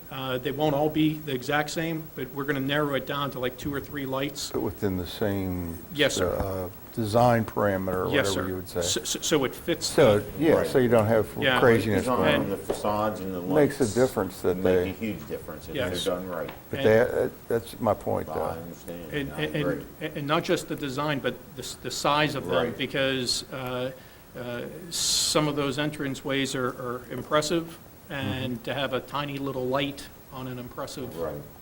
And vice versa. Correct, sir. So I think size, in this case, matters, as well as design. And this is starting from Cannon? Along Franklin from Cannon to North Potomac. Correct. And right now, there's 10 properties that have exterior lighting that can cast enough light. Yeah. But out of all those properties there, the vast majority have no exterior lighting. Relative to these improvements, but not this specific topic, when you provided the presentation last week or the week before, you made mention of the donation provision of some public art. And after I left, I got to thinking,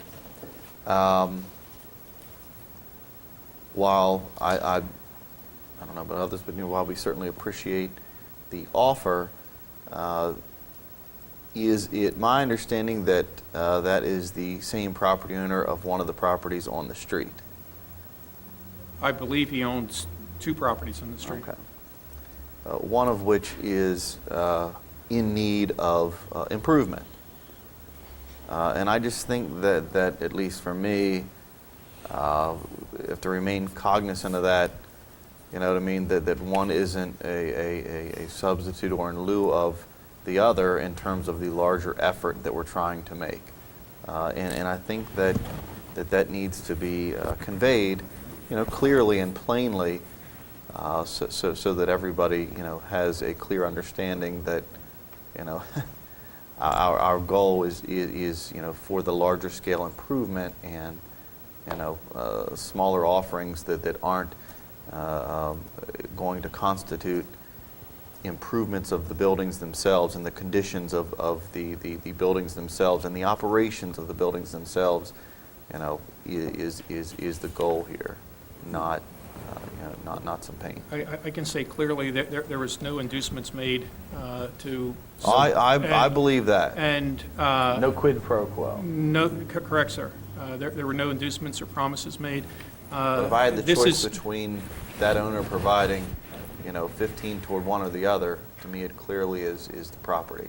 Well, I do think, though, I just want to say, in that property owner's defense, he has worked with staff on eliminating some problem tenants, and he's basically cleared out a whole building of folks right across from City Hall here that were Well, not very pleasant neighbors, And- to say the least. and I just went over that email that last night and going through some older emails where the city clearly had a hand in that process to encourage that to occur. And he's been working with staff, is my understanding, Yes, to and- address all those issues. From our perspective, we understand the point being made, sir, and we'll continue to invite everyone to join in the process to improve the gateway. John, Yes, sir.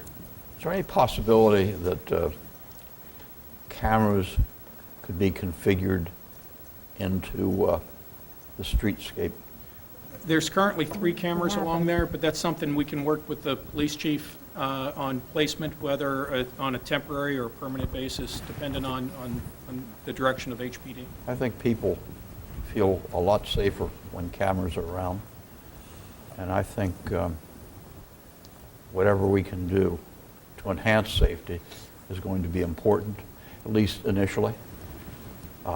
It's important for this project to work.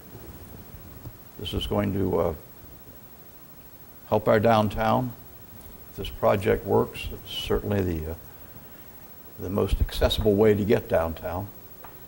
And the cameras might help do that. Any other comments or feedback, questions? We'll have 2 motion sheets for the packet next week. Thank you. Thank you all very much. Thank you. Last but not least, and certainly a little bit of ahead of schedule, we have an update on our Arts and Entertainment District. I want to invite the whole crew up.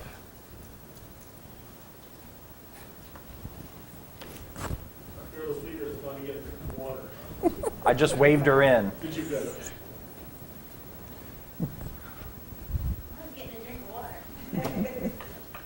Priorities, Karen. I think I accidentally let the cat out of the bag this morning. I was told about that. Sorry, I was just so excited. It's been all over Facebook. It hit the Twitterverse early. It's been on Twitter, it's been all over Facebook, the State Arts Council of Maryland Citizens for the Arts. Exciting times for Hagerstown. Well, as it was announced today, Andrew, myself, and Marianne had just come back from the annual A&E meeting. And we were told ahead that the Hagerstown Arts and Entertainment District was awarded this year's Outstanding Achievement Award by the Maryland State Arts Council. And this award is only given to one district each year. And Hagerstown was awarded this at the annual meeting today. We were in Prince George's County at the Gateway Art and Entertainment District. And here's a statement from Pamela Dunn, and she's with the Arts Council. And we were very excited today to get the citation and the award. And her comment was, the Maryland State Arts Council is proud to bestow this award to the Hagerstown Arts and Entertainment District. During 2003, and this is from our fiscal year 2013 annual report, Hagerstown's A&E district saw a perfect storm, with the Barbara Ingram School graduating its first 4-year class, the Washington County Arts Council committing to stay within the district, and the city of Hagerstown meeting its goal to create affordable artist housing and gallery space on North Potomac. Along with its exemplary arts organizations and lively and unique arts festival and events, Hagerstown's A&E has arrived as a vibrant community for residents and exciting destination for visitors and tourists.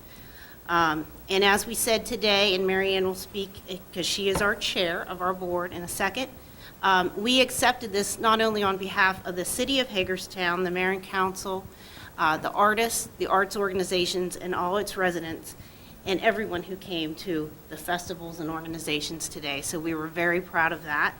On our A&E board is Marianne Burke, our chair, vice chair, Rob Hovermill, myself, Francine Donachet, Pat Wishart of the Washington County Free Library, Andrew Sargent, Rebecca Massey Lane of the museum, Sam Young of the Maryland Theater, Rachel Nichols of the CVB, and Michael Jones of the Maryland Symphony Orchestra. So very exciting news, and they're hoping next year that the annual meeting will be here in Hagerstown. We've planned out the day already. So Marianne, if you want to say your Well, comment. I also wanted, and thank you for giving us time this evening, and we are surely honored to have received this award. And as chair of the management board this year, I speak for the board when I say we have only just begun in our efforts to promote the importance of arts and entertainment as a critical and vital part for our Hagerstown, Washington County community. And again, thank you for having us this evening. I'd also like to recognize the board president of the Washington County Arts Council, Jim Pierney, is here with us this evening to support this. And Georgia. And his wife, Georgia. Jim is the president of the board. Well, I think the award is really a testament to everybody's collaborative spirit, and I mean, it's just the energy at the other end of this table is palpable, and I can see how that translated into the award-winning performance that we have been recognized for. So I want to thank all of you who are, in a sense, volunteering to help make our arts and entertainment district the best it can be. And we were awarded a governor's citation today. I don't know if Mayor, if you'd like to read that, and the award for us. You want me to read the governor's I thought that citation? probably.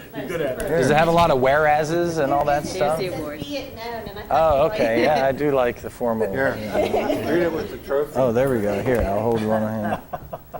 Be it known And they read this morning. that on behalf of the citizens of this state, in recognition of your commitment to advance Hagerstown's arts and entertainment district's role within its community and region, by successfully attracting local artists and artisans to reside and create in the district, by nurturing public-private partnerships that contribute to the revitalization and livability of downtown Hagerstown, by effectively promoting arts events and original festivals that spur community and economic vitality, and by creating unique and diverse cultural experiences that inspire residents and visitors alike to become actively engaged in the visual, performing, traditional, and literary arts. It is with sincere congratulations and best wishes that we are pleased to confer upon you this Governor's Citation. And it's signed by the Governor, the Lieutenant Governor, and the Secretary of State. And if Thank we you. could get a photo with everybody. Oh, sure. Okay.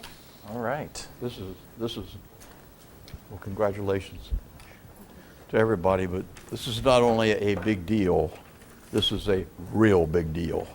There are a lot of communities in this state that are going to be jealous of this award for at least a year. And I just, We heard we had bragging rights today. And bringing them here next year will be very, Absolutely. very important to our community. And Yes. we have a lot to be proud of and and to I just show. want to note that we had the first arts and entertainment district designated by the state of Maryland right here in Hagerstown. So, And redesignated also for another 10 years.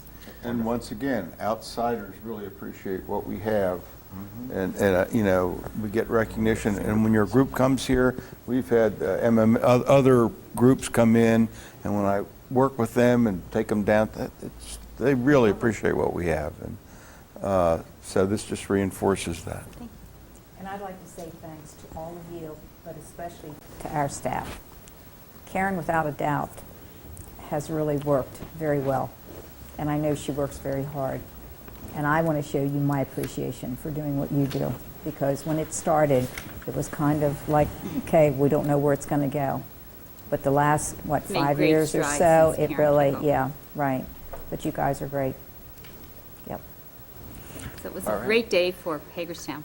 it's great. Washington County. It'll be in the news, and they'll send us the press release from the state. And Wonderful. All right, group photo time. Let's do it. I think everybody's coming up here for this now. Lou, Marty, Kristen, Penny, Don. I thought you were doing just Jill. Come up there. Yeah. It's nice to share the fun as well as the heat, you know. We can take the heat, you can share the fun.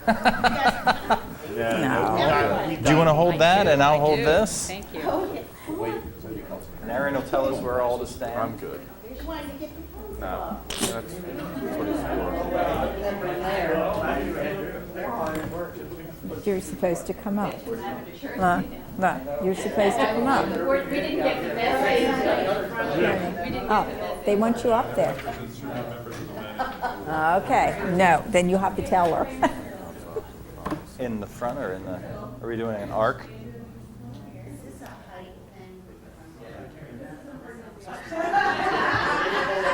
It's always a height thing.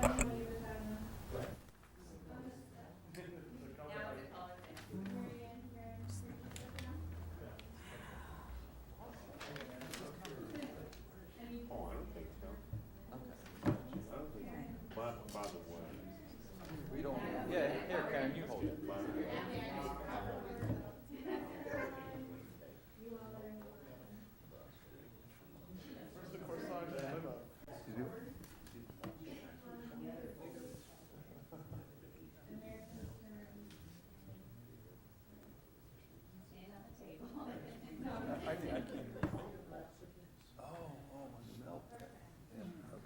That's what I couldn't hear you.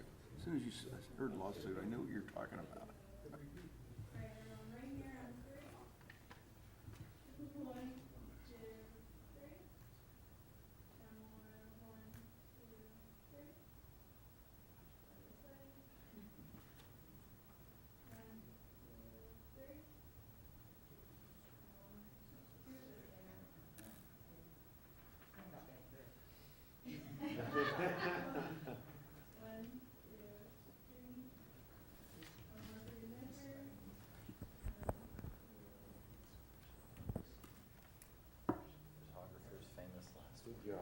Just one more. Hey, thank you all so much. Thanks, Marianne. Thank you very much. Thanks for all your work. Rachel, thank you. Rob, thanks so much. How'd you do in the race? Oh, hey, good job. He actually ran the race.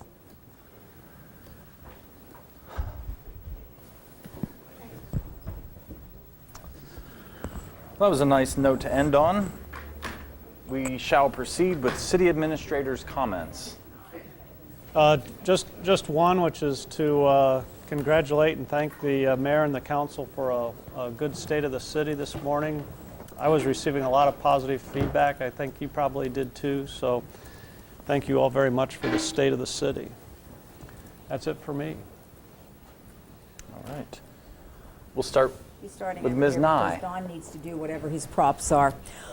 Okay, I would just like to know if we could possibly look at, since we are focused always on the downtown, as doing something, either rezoning legislation or whatever, and that is to take out of the equation our mental facilities, our doctors that are coming in here doing whatever that we continue to have in our downtown area.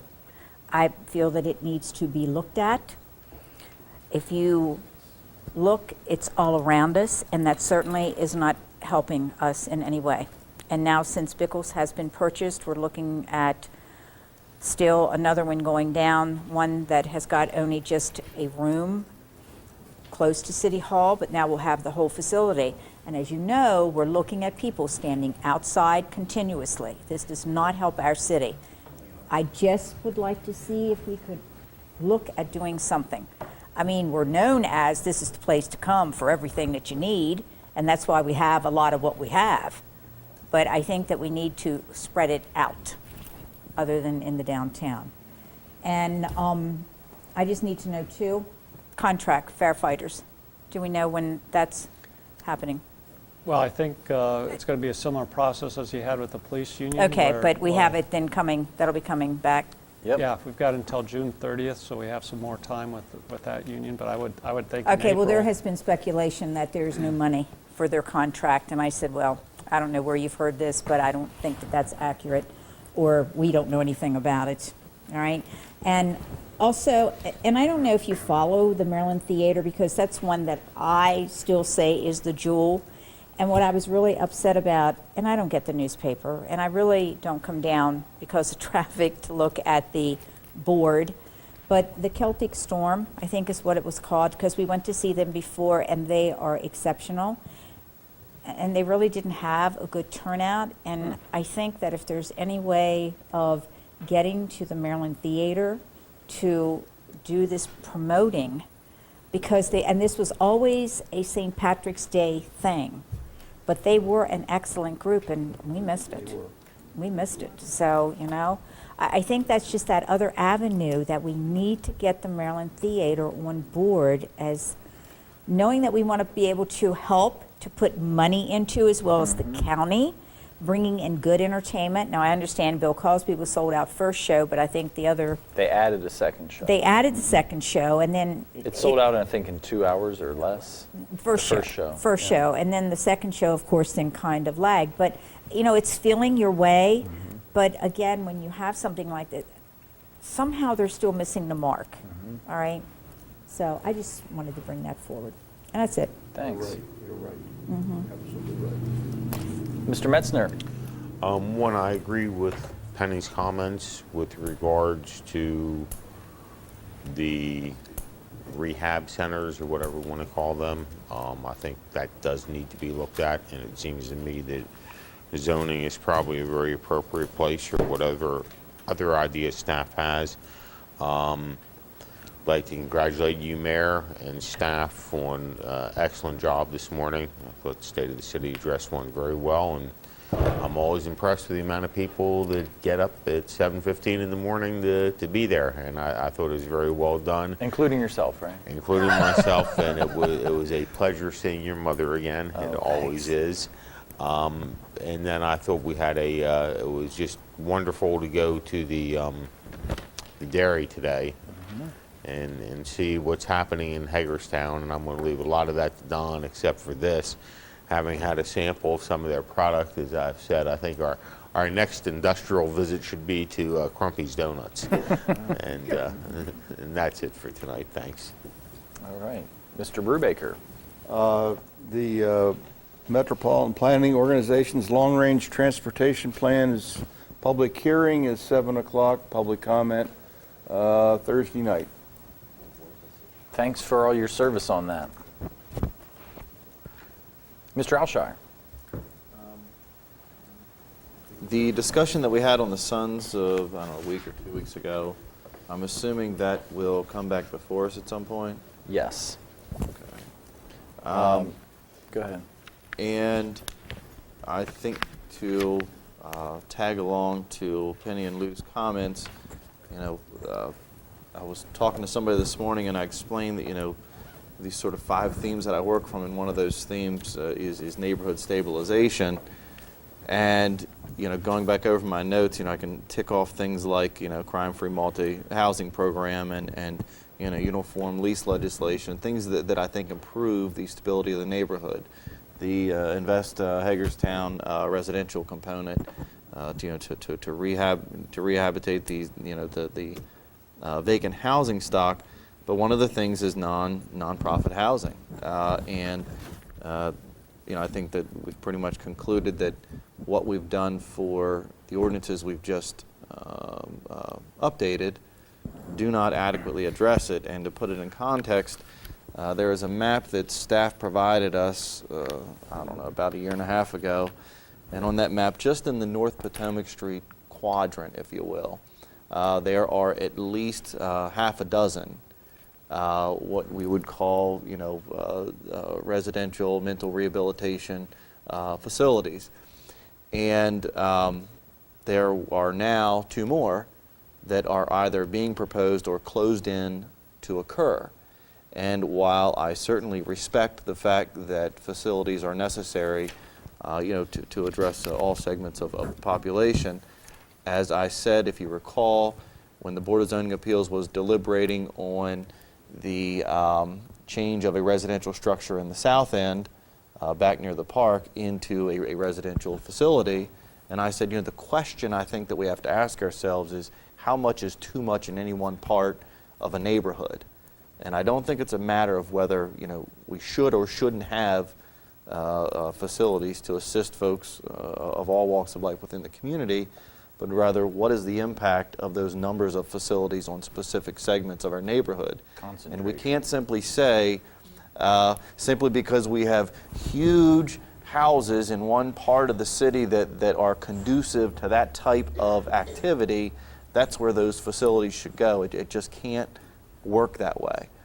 We have to make sure that they are balanced, and the impact to our neighborhoods is balanced, and the impact to our city services is balanced, and we have to make sure that we have adequate legislation that ensures that they are operated appropriately and in a manner that doesn't negatively impact the residents, such as the gentleman who owns the laundromat came in and clearly explained to us. And so that, I think, should be the framework from which we address this nonprofit residential rehabilitation facilities. And another key point in addition to that is that, and Urban Partners has brought this up too, that we really need to focus on the funders of those nonprofit organizations, especially as they exist in our community, to get them to really understand the problem that exists in terms of, everybody says, oh, let's help downtown. Right. But yet they serve on boards of directors, perhaps, of nonprofit organizations that continue to contribute to the problem that we're trying to address. So that's a courageous conversation we also have to have. Sooner than later. Mm-hmm. And then the last item is the letter that we received. And I want to say it publicly because I don't want the folks to assume that I've ignored it, is the letter that we received from the Firefighters Association regarding the proposed amendment to the city charter regarding binding arbitration. While it really wasn't said that evening and really isn't spelled out exactly clear in that letter, more than happy to have that conversation. But for me, I don't know about anybody else, but for me that conversation has to happen in a public venue so that the citizens understand very clearly that what we're being asked and what the citizens are being asked is to pass a reform to our charter that incorporates us, that passes the power that the citizens authorize us to legislate on their behalf, especially as it relates to financial decisions, and put that in the hands of some arbiter that has no vested authority over that elected process in which we are, which we're at stake for. All So we need to do is look no closer than, or no farther than Chambersburg, where they had binding arbitration, and the city council subsequently named the tax increase that was required to pay for the binding commitment. They named the tax increase after the arbitrator. And I think that is ultimately what you're saying is, takes the power of fiscal decision-making out of our hands and puts it in some third party. I would agree with you on that. Mr. Munson. I have a couple of things on my mind. The first is I'd like to talk about, very briefly, the event this morning. It was very positive and very upbeat. And Mayor, you did a great job. Your speech was wonderful. It was a platform of how we could make this a much better community. And clearly, a lot has been done since this mayor and council have come into office. And it's beginning to show. One thing that should have been mentioned, I think, but wasn't to the best of my recollection, was the fact is we do have some partners that are helping us do these things. In all fairness, the county takes an interest in us, and a lot of times, particularly behind the scenes, the county will help with projects which the city isn't fully prepared to fund or commit to. I think that's great. In addition to that, the school board is taking an interest in downtown. The possibility of expanding the School for the Arts is coming about very nicely, as I understand it from talking to the superintendent this morning. And they're looking at putting possible career skills in downtown Hagerstown as well. And in addition to that, the Economic Development Commission has been very bold about its declarations that it wants Hagerstown to succeed, and we're a really important part. So I do want to point out that before we leave that subject for a while, for a year, that we do have some partners. They're meaningful partners. They put the resources where they say they're going to put the resources, downtown mostly. And I think that's helpful to us. Now, I do have one other thing to do. I believe that what I'm about to do is probably unprecedented in the history of the city council. This is a half gallon of milk. Non-fat milk, I should add. Non-fat milk. And I wanted to mention to Karen, who left, that she was really thirsty for a drink of water a minute ago, and if she's still thirsty, there's some milk here she can drink. But the point of this milk is, this milk comes from Hagerstown. It comes from Hagerstown, Maryland, a place on Frederick Street. And people here and elsewhere can actually start buying this milk now. Not long ago, the Shenandoah Family Farms facility out on Frederick Street started producing this milk, and there are local stores that are buying this milk from them so they can sell it to the public. This particular milk came from Bowers Stop and Go, that's right, on Burhan's Boulevard. Very convenient and easy to get to. We had at the party today, it was a very uplifting party at the facility where they produce this milk. Samples of the milk, both white and chocolate, as well as ice cream that they're going to be making pretty soon. At the moment, they employ 48 people, full-time and I think 4 part-time. In a year, they anticipate employing about 100 people. So we're making some progress there. But I stopped and brought this because I really encourage people in the area to start buying this kind of milk. Clearly, every drop of this milk that's purchased helps provide somebody in Hagerstown and in Washington County with a job. And there isn't any better social program on the face of the planet than a paycheck. And so I just thought I'd do something a little strange and pull out the milk and bring it to the council's attention. I really think that this is a significant step in the process of this community. That facility was abandoned, and because our staff worked with so many people, particularly Jill, worked with so many people to get it reused again, that was accomplished. And because that was accomplished, it's supporting families in this community and making a product that we all need and all want. Now, Lou, earlier you mentioned Crumpy's Donuts, and milk and donuts go together like a hand and glove. When they have their next donut drop, there ought to be some milk somewhere downtown that people can drink and eat donuts. And you know, Don, when you were talking about that, the other thing, not only we're supporting employment in Hagerstown, but unlike some big conglomerate, this organization, we were told today, is owned by 21 family farms. That's right. In Harrisonburg, Virginia. 21 farms. So not only are you supporting people in this town, but you're supporting family, small farms, 140 cattle on the farm. So it's just the best of all worlds. A great product, supporting employment in Hagerstown and supporting farmers. I think they have 4 words in Shenandoah Farms: family, farms, local, and is it fresh or natural? Natural. Natural. And who could ask for anything better? You're right. You're absolutely right.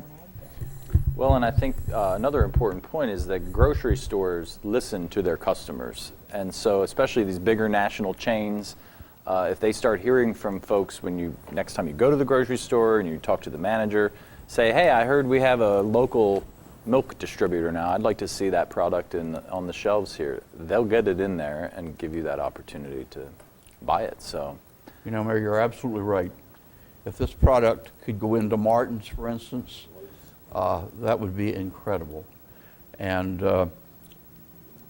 they have, I just should say, they have a marketing team that's working on that. Yes, they do. For those national chains, it takes them a little longer, but just like a political body, if they start hearing from their constituents, it might speed up their decision-making process. they told us, I suppose they hear from the mayor of Hagerstown on behalf of the city council, these organizations voicing encouraging them. In fact, I have already considered such a communication, but it's They, nice to have the endorsement of everybody on the council. they told us this morning that they can produce 3,000 gallons an hour. So there's not going to be any problem with providing sufficient milk for the entire community. And they're also looking at sometime in early summer to gear up their novelty ice creams. They do plan on utilizing that aspect of their production facility as well. So look for a Shenandoah Farms Nutty Buddy or ice cream sandwich near you. This is good stuff. And healthy stuff, too. Anything else? All right, well, I just want to thank everyone for being at the State of the City this morning. It is not easy getting up that early to gather everybody together, but it was a worthwhile endeavor. I do want to remind folks that the video that was produced by staff will be on right after the City Council meeting on Channel 25. The full production of the State of the City will be available within the week, I am told, on Channel 25 and on YouTube, and would encourage everyone to check it out. And if there is nothing else, I will say we will adjourn the meeting. Thanks so much. Oh, and we will have an executive session after, maybe we'll take a motion on the executive session, take a break. Does that sound good? I think we could probably do this all in 3 minutes. Okay, all right. Well, then I'll entertain a motion to go into executive session. So moved. Okay, we have a motion and a second. All those in favor of going into executive session, please say aye. Aye. Any opposed, please say no. We're in executive session. The purpose is to discuss the appointment, employment, assignment, promotion, etc. of appointees, employees, officials, and we are talking about a Board of Traffic and Parking membership. Thanks, everybody.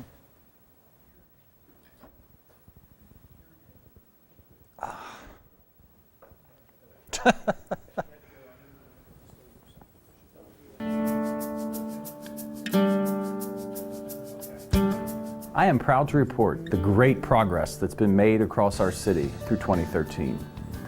These accomplishments and all of our work are tied to what we value as a community. By working in collaboration with all of our partners, we are putting our values into action to create positive change. Knowing who we are as a community helps us understand the best way for us to move forward. We are a community that values the arts, creativity, and the entrepreneurial spirit. I enjoy attending performances at the Maryland Theater, and I'm a proud patron of the creative and unique small businesses throughout the city. We are a community that values diversity and inclusivity. I enjoy attending the many events in Hagerstown that bring people together from diverse backgrounds across our community. We are a community that values sustainability and green living. It's important that we maintain our infrastructure and responsibly use our resources to make sure we provide a strong community for future generations. We are a community that values healthy, active lifestyles. I, like many others, like to ride the Hub City Bike Loop around Hagerstown and spend time in our 19 beautiful city parks. We are a community that values and supports our neighborhoods. My neighbors are my friends. We look out for one another and take pride in our neighborhood.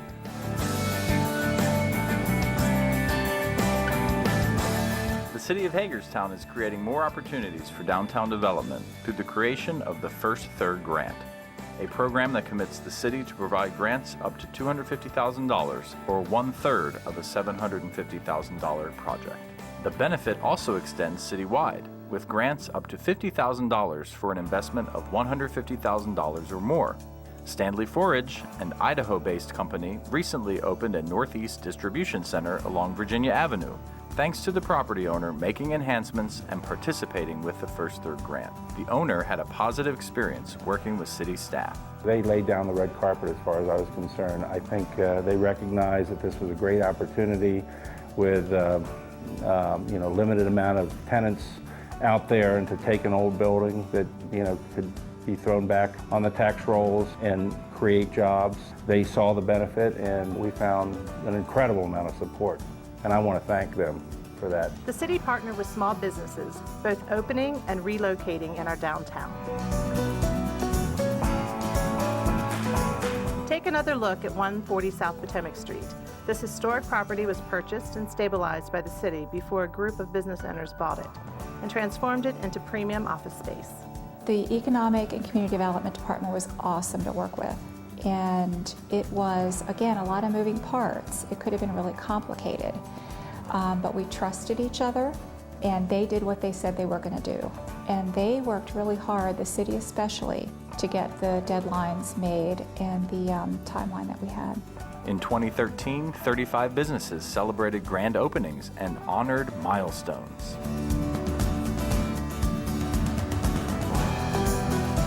The city established the competitive negotiated sale process, which ensures that property the city has purchased to both protect and restore returns to the private sector for the highest and best use. The property that houses the Rhubarb House and the Convention and Visitors Bureau was sold in 2013, and offers are currently being accepted for 43 to 53 West Washington Street and 170 West Washington Street. The Mayor and Council is committed to seeing the continued growth and development of the Arts and Entertainment District.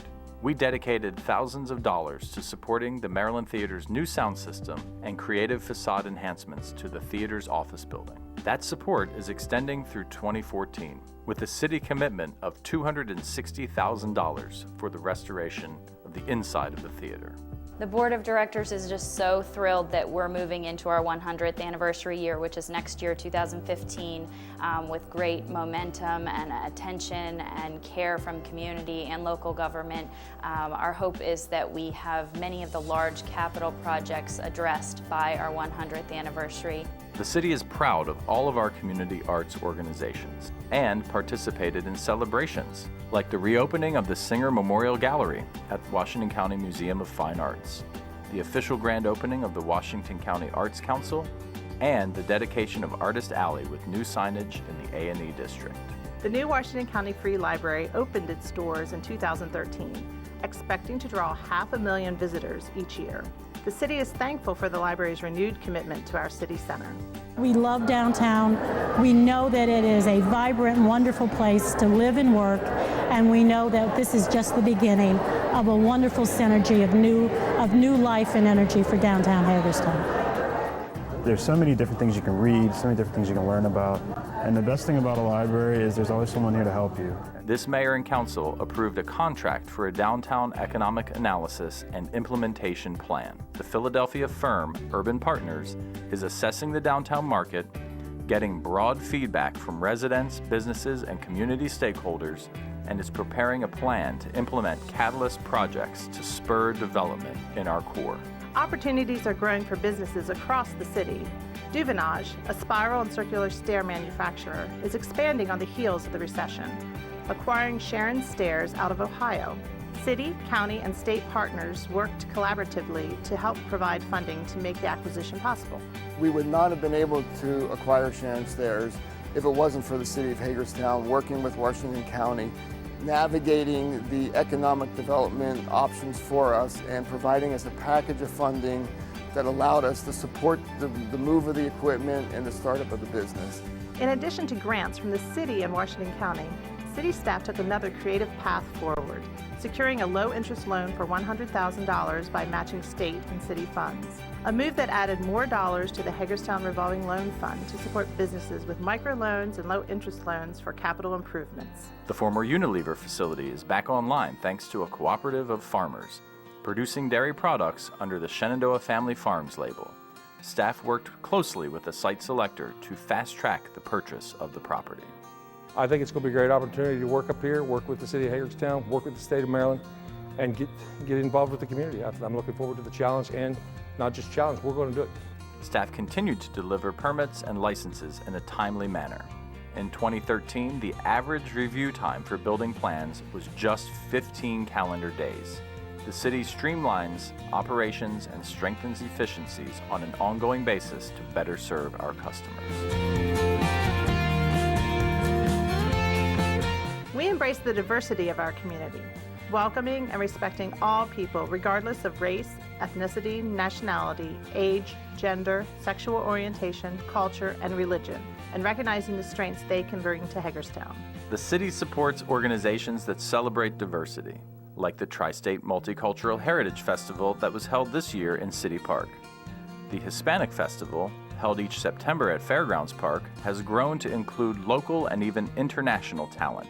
From food to education and entertainment, our community is able to immerse themselves in other cultures in new and exciting ways. Diversity is not something to tolerate, but something to celebrate. Through the arts, you can understand better why we are more like loud or crazy, or for more people it's different. But like I said, we are different, but it's something to celebrate. It's very boring, everybody the same. As part of the 150th anniversary of the Civil War, the city held a special ceremony at Rose Hill Cemetery to honor Hagerstonians who were involved in the conflict. After the war, a monument was built to honor white veterans of the Reno Post. In 2013, with the help of Maryland's Lieutenant Governor, the city rededicated that monument and dedicated a new monument to the Lion Post, an African-American Civil War veterans unit. While we're here to remember all of our Civil War veterans, we are recognizing and honoring those participants soldiers and civilians who have been overlooked in previous ceremonies and memorials. As part of the tribute, the Confederate cemetery was rededicated, and Jacob Wheaton's grave marker was restored. He's believed to be the first African American in the state to cast a vote after the war ended. You'll now also find a historical marker honoring Wheaton along South Potomac Street in the cemetery. In 2013, the city partnered with more community organizations to bring new events to the city center, like Zumba Fest, an event that celebrated the Latin-inspired aerobic dance and featured several area Zumba instructors. Proceeds benefited the community-free clinic. We're making our four-legged friends a bigger part of our community with the opening of Hagerstown's first dog park at Fairgrounds Park. The off-leash dog park draws people together from across the greater community, building new friendships, both dog and human alike. The park has been a huge success thanks to the work of a citizen task force that presented a comprehensive plan to council, and the local business community that provided over $22,000 for the creation of the park. Over 70 owners were able to show off their pups at the first Halloween dog costume parade that served as a prelude to the annual Mummers Parade. The City of Hagerstown continues to support Character Counts. The Character Counts program provides a framework of universal values based upon 6 pillars: trustworthiness, respect, responsibility, fairness, caring, and citizenship. These values transcend cultural, religious, political, and socioeconomic differences, thereby improving interactions in our community, creating a higher quality of life, and enhancing the image of our community. Local governments are challenged with competing demands and must do more with less due to increasing costs and decreasing revenues. The city is a responsible steward of the environment and our resources, and it's clear our community is collectively moving in the same direction. Since launching the new trash, recycling, and yard waste collection program in 2012, the city has seen an exponential growth in our recycling rates. In December of 2013, 240 tons of recycling were collected, a record for Hagerstown. This positive trend has also diverted 27% of our waste stream from the landfill. The Hagerstown Light Division is helping our residents conserve energy in their homes thanks to a grant from the Maryland Energy Administration's Empower Maryland Clean Energy Communities grant program. The Hagerstown Light Division was able to distribute about 1,000 energy conservation kits to low to moderate income families. The city is committed to serving our residents in their time of need. Staff partnered with the community organizations to see that the remaining balance in the Utility Relief Fund went to help residents who needed assistance paying their heating bills. A Utility Relief Fair was held where residents could apply for the funds and find additional resources. The city is responsible in maintaining our infrastructure to ensure longevity and consistent operation. The R.C. Wilson Water Treatment Plant underwent significant upgrades, some of which are still in progress. These changes allow us to provide our water customers an even better product while maintaining compliance with state and federal regulations. The University District parking deck underwent repairs in 2013 to waterproof the roof, repair broken joints, and maintain the safe and sustained use of the parking facility, which is used by an average of more than 2,000 patrons each week. New in downtown this year, free public Wi-Fi. This service was made possible through a partnership with Chief, the University System of Maryland at Hagerstown, and the city. Now visitors within a 1 to 2 block radius of Public Square can access the free wireless internet service. The city and USMH are providing security to the network so users can surf the web safely. One more way the city enhanced its transparency is by offering more information on the city's website through an online agenda management system. Now, residents are not only able to see the agenda, but all the supporting material discussed in public session is available with the click of a mouse.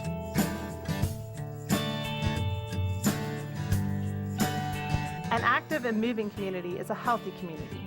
In 2013, the city took new efforts to encourage people to exercise and make healthier lifestyle choices. City-owned and managed parks and recreation facilities in Hagerstown are now smoke-free, with the exception of the greens at Hamilton Run and designated areas of Municipal Stadium.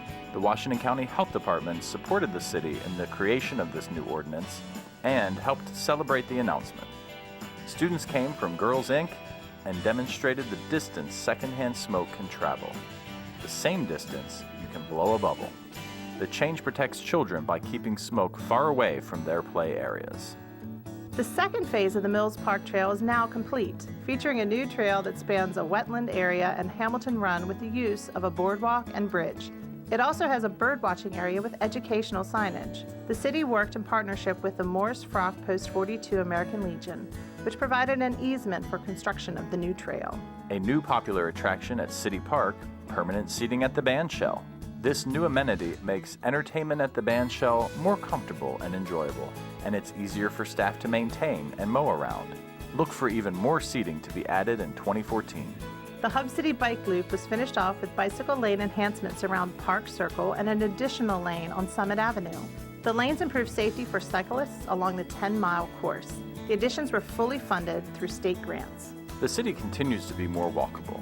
We extended sidewalks in the West End along Route 40, improvements that were fully grant funded. Also on Frederick Street, a culvert extension was designed and is about 50% complete. This will allow more sidewalks to be installed in that area. Hundreds of people are making a point to get moving by recording 100 miles in 100 days. The Hub City 100-miler program launched in January of 2014, and more than 500 people are taking the challenge. Throughout the program, participants will learn new ways to get active in the city's parks and recreation facilities. Other new events brought more people to our core, providing more opportunities for our community to rediscover downtown Hagerstown. The Department of Community and Economic Development organized an outdoor fitness series with yoga and Zumba classes held in University Plaza. The Hagerstown Police Athletic League hosted their first Reindeer Run and Walk 5K through the city center. And the wildly popular Crumpy's Donut Drop, organized by What's Next, attracted thousands of people for a mock midnight New Year's celebration. The city worked with these groups to ensure that these events were successful and well organized. The city partnered with the local nonprofit HEAL for healthy eating and active lifestyles of Washington County for the first Color Splash, an interactive 5K that guarantees to cover you in colors by the end of the course. Participants ran through the fairgrounds and Pangborn parks before enjoying healthy snacks and treats at the finish line. Neighborhoods are the heart of a community. From preserving traditions to building new relationships, the city strives to support pride and community in our neighborhoods. This mayor and council adopted a vision and commitment for housing and neighborhoods throughout the city, which emphasizes the value of diversity, safety, community pride, investment, maintenance, and identity for our neighborhoods. It will serve as a guide by which all neighborhood programs, initiatives, and proposed legislation will be measured. Our residents are showing their pride and organizing occasions to celebrate their neighborhoods. The city supported the historic City Park neighborhood's first group's Art in the Park series held on Sunday afternoons in City Park, as well as their first annual sailboat regatta on City Park Lake.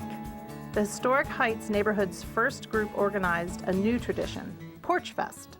They closed South Prospect Street for a Saturday afternoon and offered musical performances on the porches of their historic homes. People were really nice. The neighborhood's actually really nice. I'm born and bred in Hagerstown all my life, and I wouldn't have it any other way. The Medal of Honor group held their annual Day of Hope event, uniting their neighbors and celebrating community. Hagerstown South End has a new park to enjoy across from Bester Elementary School. The first phase of Memorial Park was completed in 2013 with walking paths, landscaping, lighting, and benches. In 2014, the park will expand to feature highlights from Hagerstown's history and a tribute to notable Hagerstonians. The city took action to protect the neighborhood at the western gateway to our downtown by purchasing 170 West Washington Street and demolishing the Holiday Motel. The city is actively marketing the property for a competitive negotiated sale to ensure the highest and best use of the building and property. The Artist Housing and Gallery, known as the Studios on NoPo, is diversifying housing options in our downtown. Applications are being received from artists with a commitment to fostering the arts in our community. Those artists will live and create in the loft-style apartments and offer their work for sale in the first-floor storefront gallery. Public safety enhancements are protecting our neighbors, businesses, and visitors. The Hagerstown Police Department reorganized staffing to enhance public safety visibility downtown. Auxiliary police are also working more hours during the day, evening, and weekends. In collaboration with IT staff, the police department brought more than 100 crime cameras online to complete implementation of the public safety grid. The cameras are used to address crime trends and reduce nuisance issues in neighborhoods, providing a higher quality of life for residents. Incoming police officers are now receiving their training closer to home, thanks to a partnership between Hagerstown Community College, the Washington County Sheriff's Office, and Hagerstown Police Department. The first graduating class from the HCC Police Academy took their oaths in 2013, and 8 new officers joined the ranks of the City Police Department. The Hagerstown Fire Department partnered with the First Hose Company to replace Engine 1, the oldest piece of apparatus in the department's fleet. And thanks to a grant from the Ben Roethlisberger Foundation, the Fire Marshal's Office is receiving a new resource, an explosive detection canine. The future of Hagerstown lies in what we collectively choose to make it. It requires all of us, me, you, our residents, businesses, and stakeholders, to take ownership and be involved and engaged in our community. I challenge you to make these values real. Together, we can make a positive impact, make progress, and move Hagerstown forward.